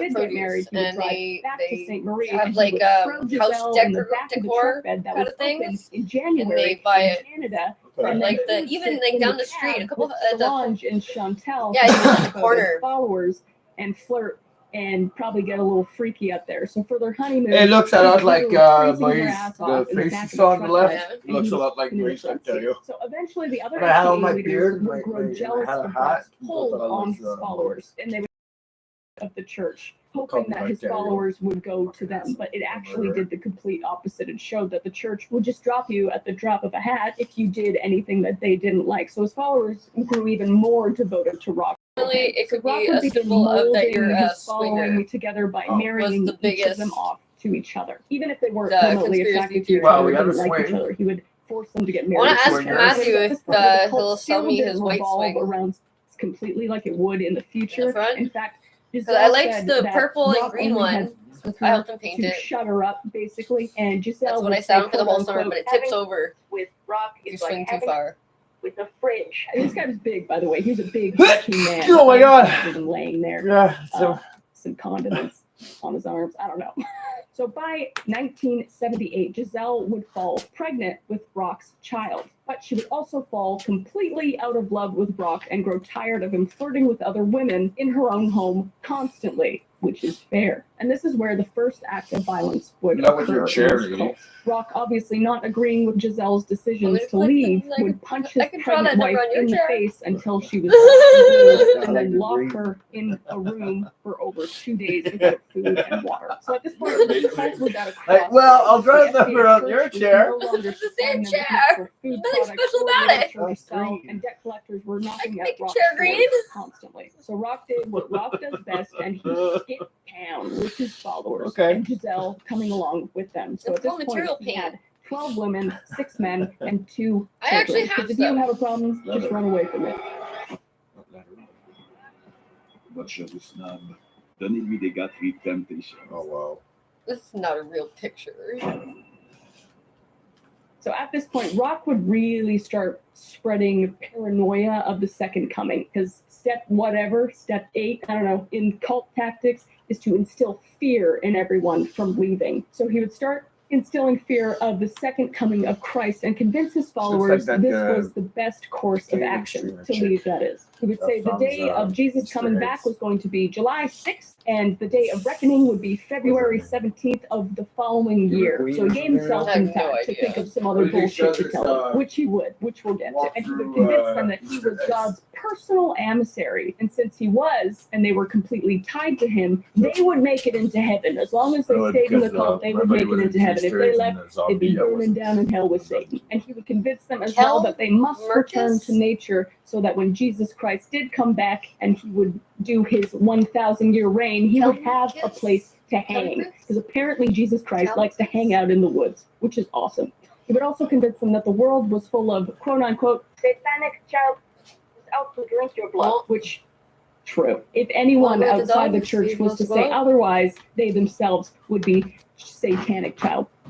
So every point you look at, he had an answer for everything and as to why you can't leave the cult and you should stay. So at this point, Rock and his followers would set out on foot and find their new isolated sanctuary. And this sanctuary would be called Eternal Mountain, pretty sick name, which was a 4-hour walk from any sort of civilization. Someone speaking French, I don't know what they're And they would saying. start to build a community and compound from scratch. Starting at Someone's 5 a.m. speaking French, I don't know what every they're single day, saying. they would wake up, cut down trees, haul rocks, and build. While Rock, unsurprisingly, supervised because he had cancer. That you're and pretty, he rub didn't your do hair. shit. He didn't do shit to everybody, but we'll get to that. And actually, being in the middle of the woods, there was no Random grocery Freaking Part stores 2? nearby, or anyone that really knew how to hunt or forage, so they starved regularly. Okay, wait. To disobey Rock and make their rations even smaller. And the cherry on top is Rock would also Good? pull a Jim Yeah? Jones card Tickler and recite Veggie? sermons all Thank through you, the night baby. so his followers wouldn't sleep. So these people were starved and sleep deprived, which made them That was fucking incredibly intense. suggestible, even more Yeah. so than they already were. They would also I be love my stripped of hair. their own Anything else? identity. Rock taking Oh, away he took all off of his their comment. given names, and He would removed give his them comment. names Good that were job. from the Old Testament. And Rock, the leader of the cult, would naturally give himself the humble name of Moses. Okay. Which is also the same name that the leader of Children of God gave himself. Very humble, very humble. So all these people are up in the forest, sleep deprived, starving, on fucking scared, porn, lonely, like- and the number of women far outweighed the They're number of great. men. And Giselle Like, what was possesses you to do these things? She basically said that, all the women up here are miserable because What's that? they don't have partners, or most of them didn't Okay. have partners. So Rock would do a little Boy. Uno reverse card and flip it on Giselle, and he would open his Bible and pick a couple scriptures that played into Jack, his go pee. favor. So he would go into the Old What's that? Go Testament pee. and find the scripture of King David Where are you going? and King Solomon pee. that would declare Come. that he should take on the difficult task of sleeping with all the women in the cult. And he would tell all the Yeah. members that this was Giselle's idea. All right, she brought it up, and this isn't me. All right, Giselle's crazy, but she said it, so we should do it. So it was around this time, November 18th, 1978, that Jonestown would happen. The mass suicide that happened in Guyana under the cult leader Jim Jones. Also, let me know if you want me to do that. I know I mentioned in every cult video that I've done so far. I but love let me that know my if you want me to boyfriend do is that like on a that. The People's lesbian. Temple mass suicide would terrify people globally about cults, and civilians and authorities were growing suspicious of cults growing in their communities. But you still especially in the get US a and in voter Canada. when The you word see me would naked, spread so that's quickly great. about a giant French Oh, it's Canadian not man even and his naked. followers gathering at a place Oh, called Eternal Mountain out in the woods in Quebec, Canada. So authorities would put everyone in the cult under Hello. a psych evaluation, but they would all pass, saying they were all sound of mind What is the and matter all with you? expressed that they were there out of their own free will. What? Rock would also be tested, but would unfortunately pass as well. With the psych eval people even Take one saying, sitting. quote, unquote, although he had slight I'm gonna go downstairs and then there's putting the wall. he was of sound mind. Listen, I'm not a doctor, but that makes no sense. So after evading the authorities, Rock would annul all current You want me to marriages come to bed? within the cult, and every woman would be forced Come to on, marry let's go. Rock. What? Oh, I didn't see this coming. That's crazy. That's crazy. That's what every cult leader does. It's like there's a handbook that they all read at the same time, but there's not. So it's just weird. So all the women would be married to Rock and Rock alone. Goodbye. Those in the cult would consist of everyone else working outside. You ruined the party for everyone. Two or Wow.